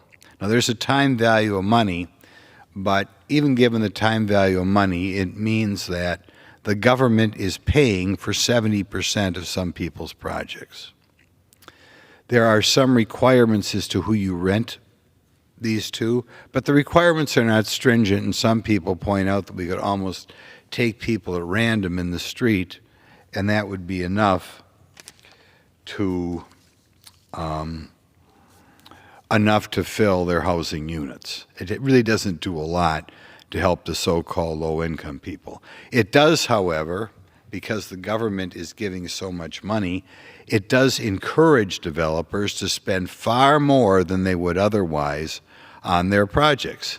Why not make Cadillac projects if the government is going to spend or pay for 70% of those projects? Furthermore, as we spend more on the projects, it's going to turn around and result in greater depreciation expense for the wealthiest banks in the country, who frequently wind up buying the credits.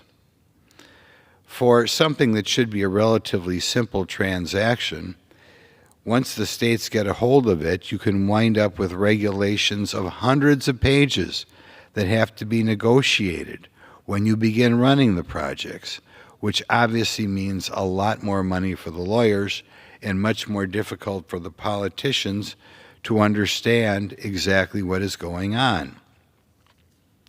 You would think of all the projects out there, all the government programs, this would be the easiest to get rid of because we're supposed to be broke.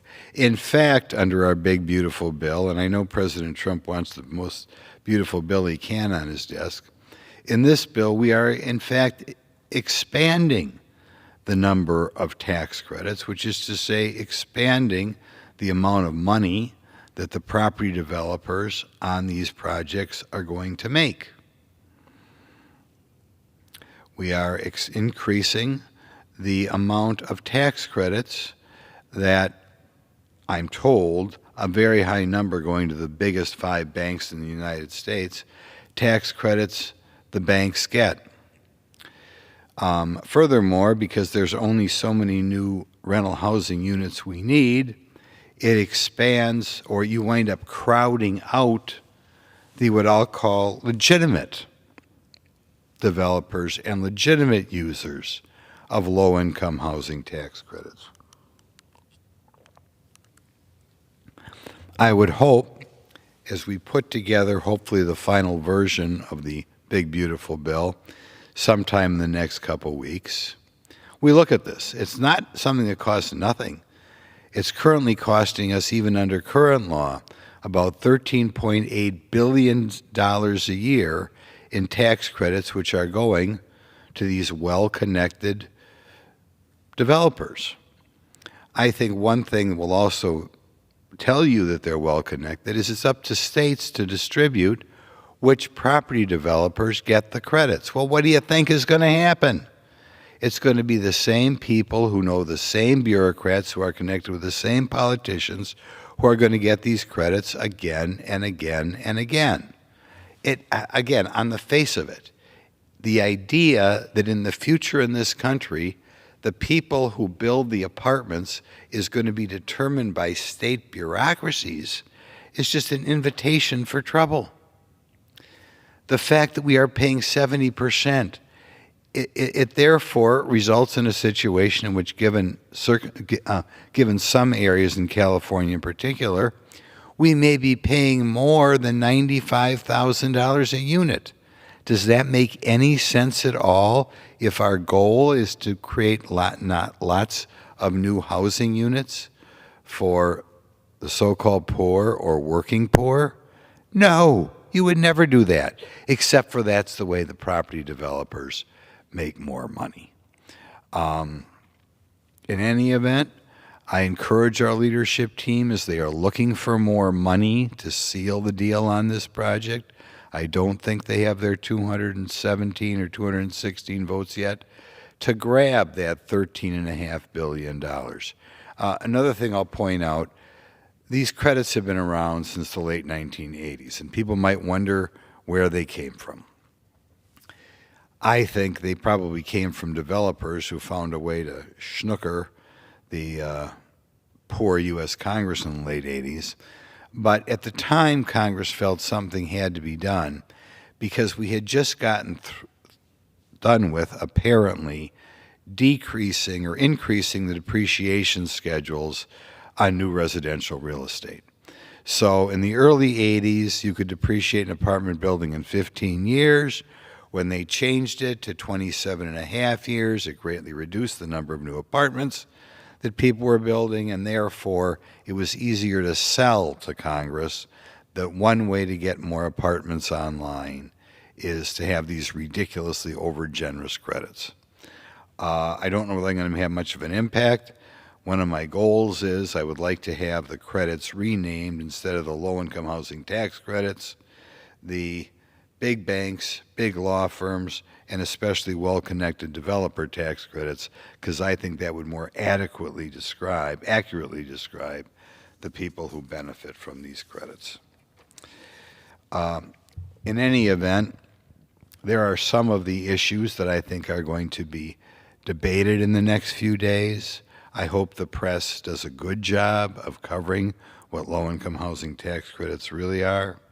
I hope the press does a good job of setting before the American public, and particularly the Republican volunteers who did so much to get us here, laying out the differences between the tax cuts based on how high your property or sales taxes are, how high your local property taxes or state sales and income taxes are. We'll see if how our base feels about who we should reward or what type of behavior we should encourage through the tax code. Should we encourage people to have more children? Should we encourage people to work harder? And should we encourage businesses, more manufacturing jobs? Or should we encourage local governments to raise taxes? And finally, in the future, as we determine how we're going to build new apartments in this building, should we encourage these apartments or the the builders of the apartments to go through the government accepting lavish tax credits, or should we do it the way we always have in America, and that is let the free market win out? The idea that you cannot build apartment buildings is, on the face of it, preposterous. I know everywhere right now, be it single family or multifamily, the costs are way too high. I would hope that the Speaker would maybe put together a committee or a subcommittee seeing what we can do to lower those costs. But I am told it is possible to lower the costs, and the answer is not paying developers 70% the cost of their project. By the way, I am told I must do this. This was my office's fault. Madam Chair, as I conclude my floor speech today, I'd like to ask unanimous consent to remove. First, Yes? gentleman yields back. Yes. For what purpose does the gentleman rise? Before I begin my floor, after I finish my floor speech today, I'd like to ask unanimous consent to remove Dan Goldman of New York as a co-sponsor of H.R. 1415. Without objection, so ordered. And then I move adjournment. Would the gentleman withdraw his motion? Sure. Thank you.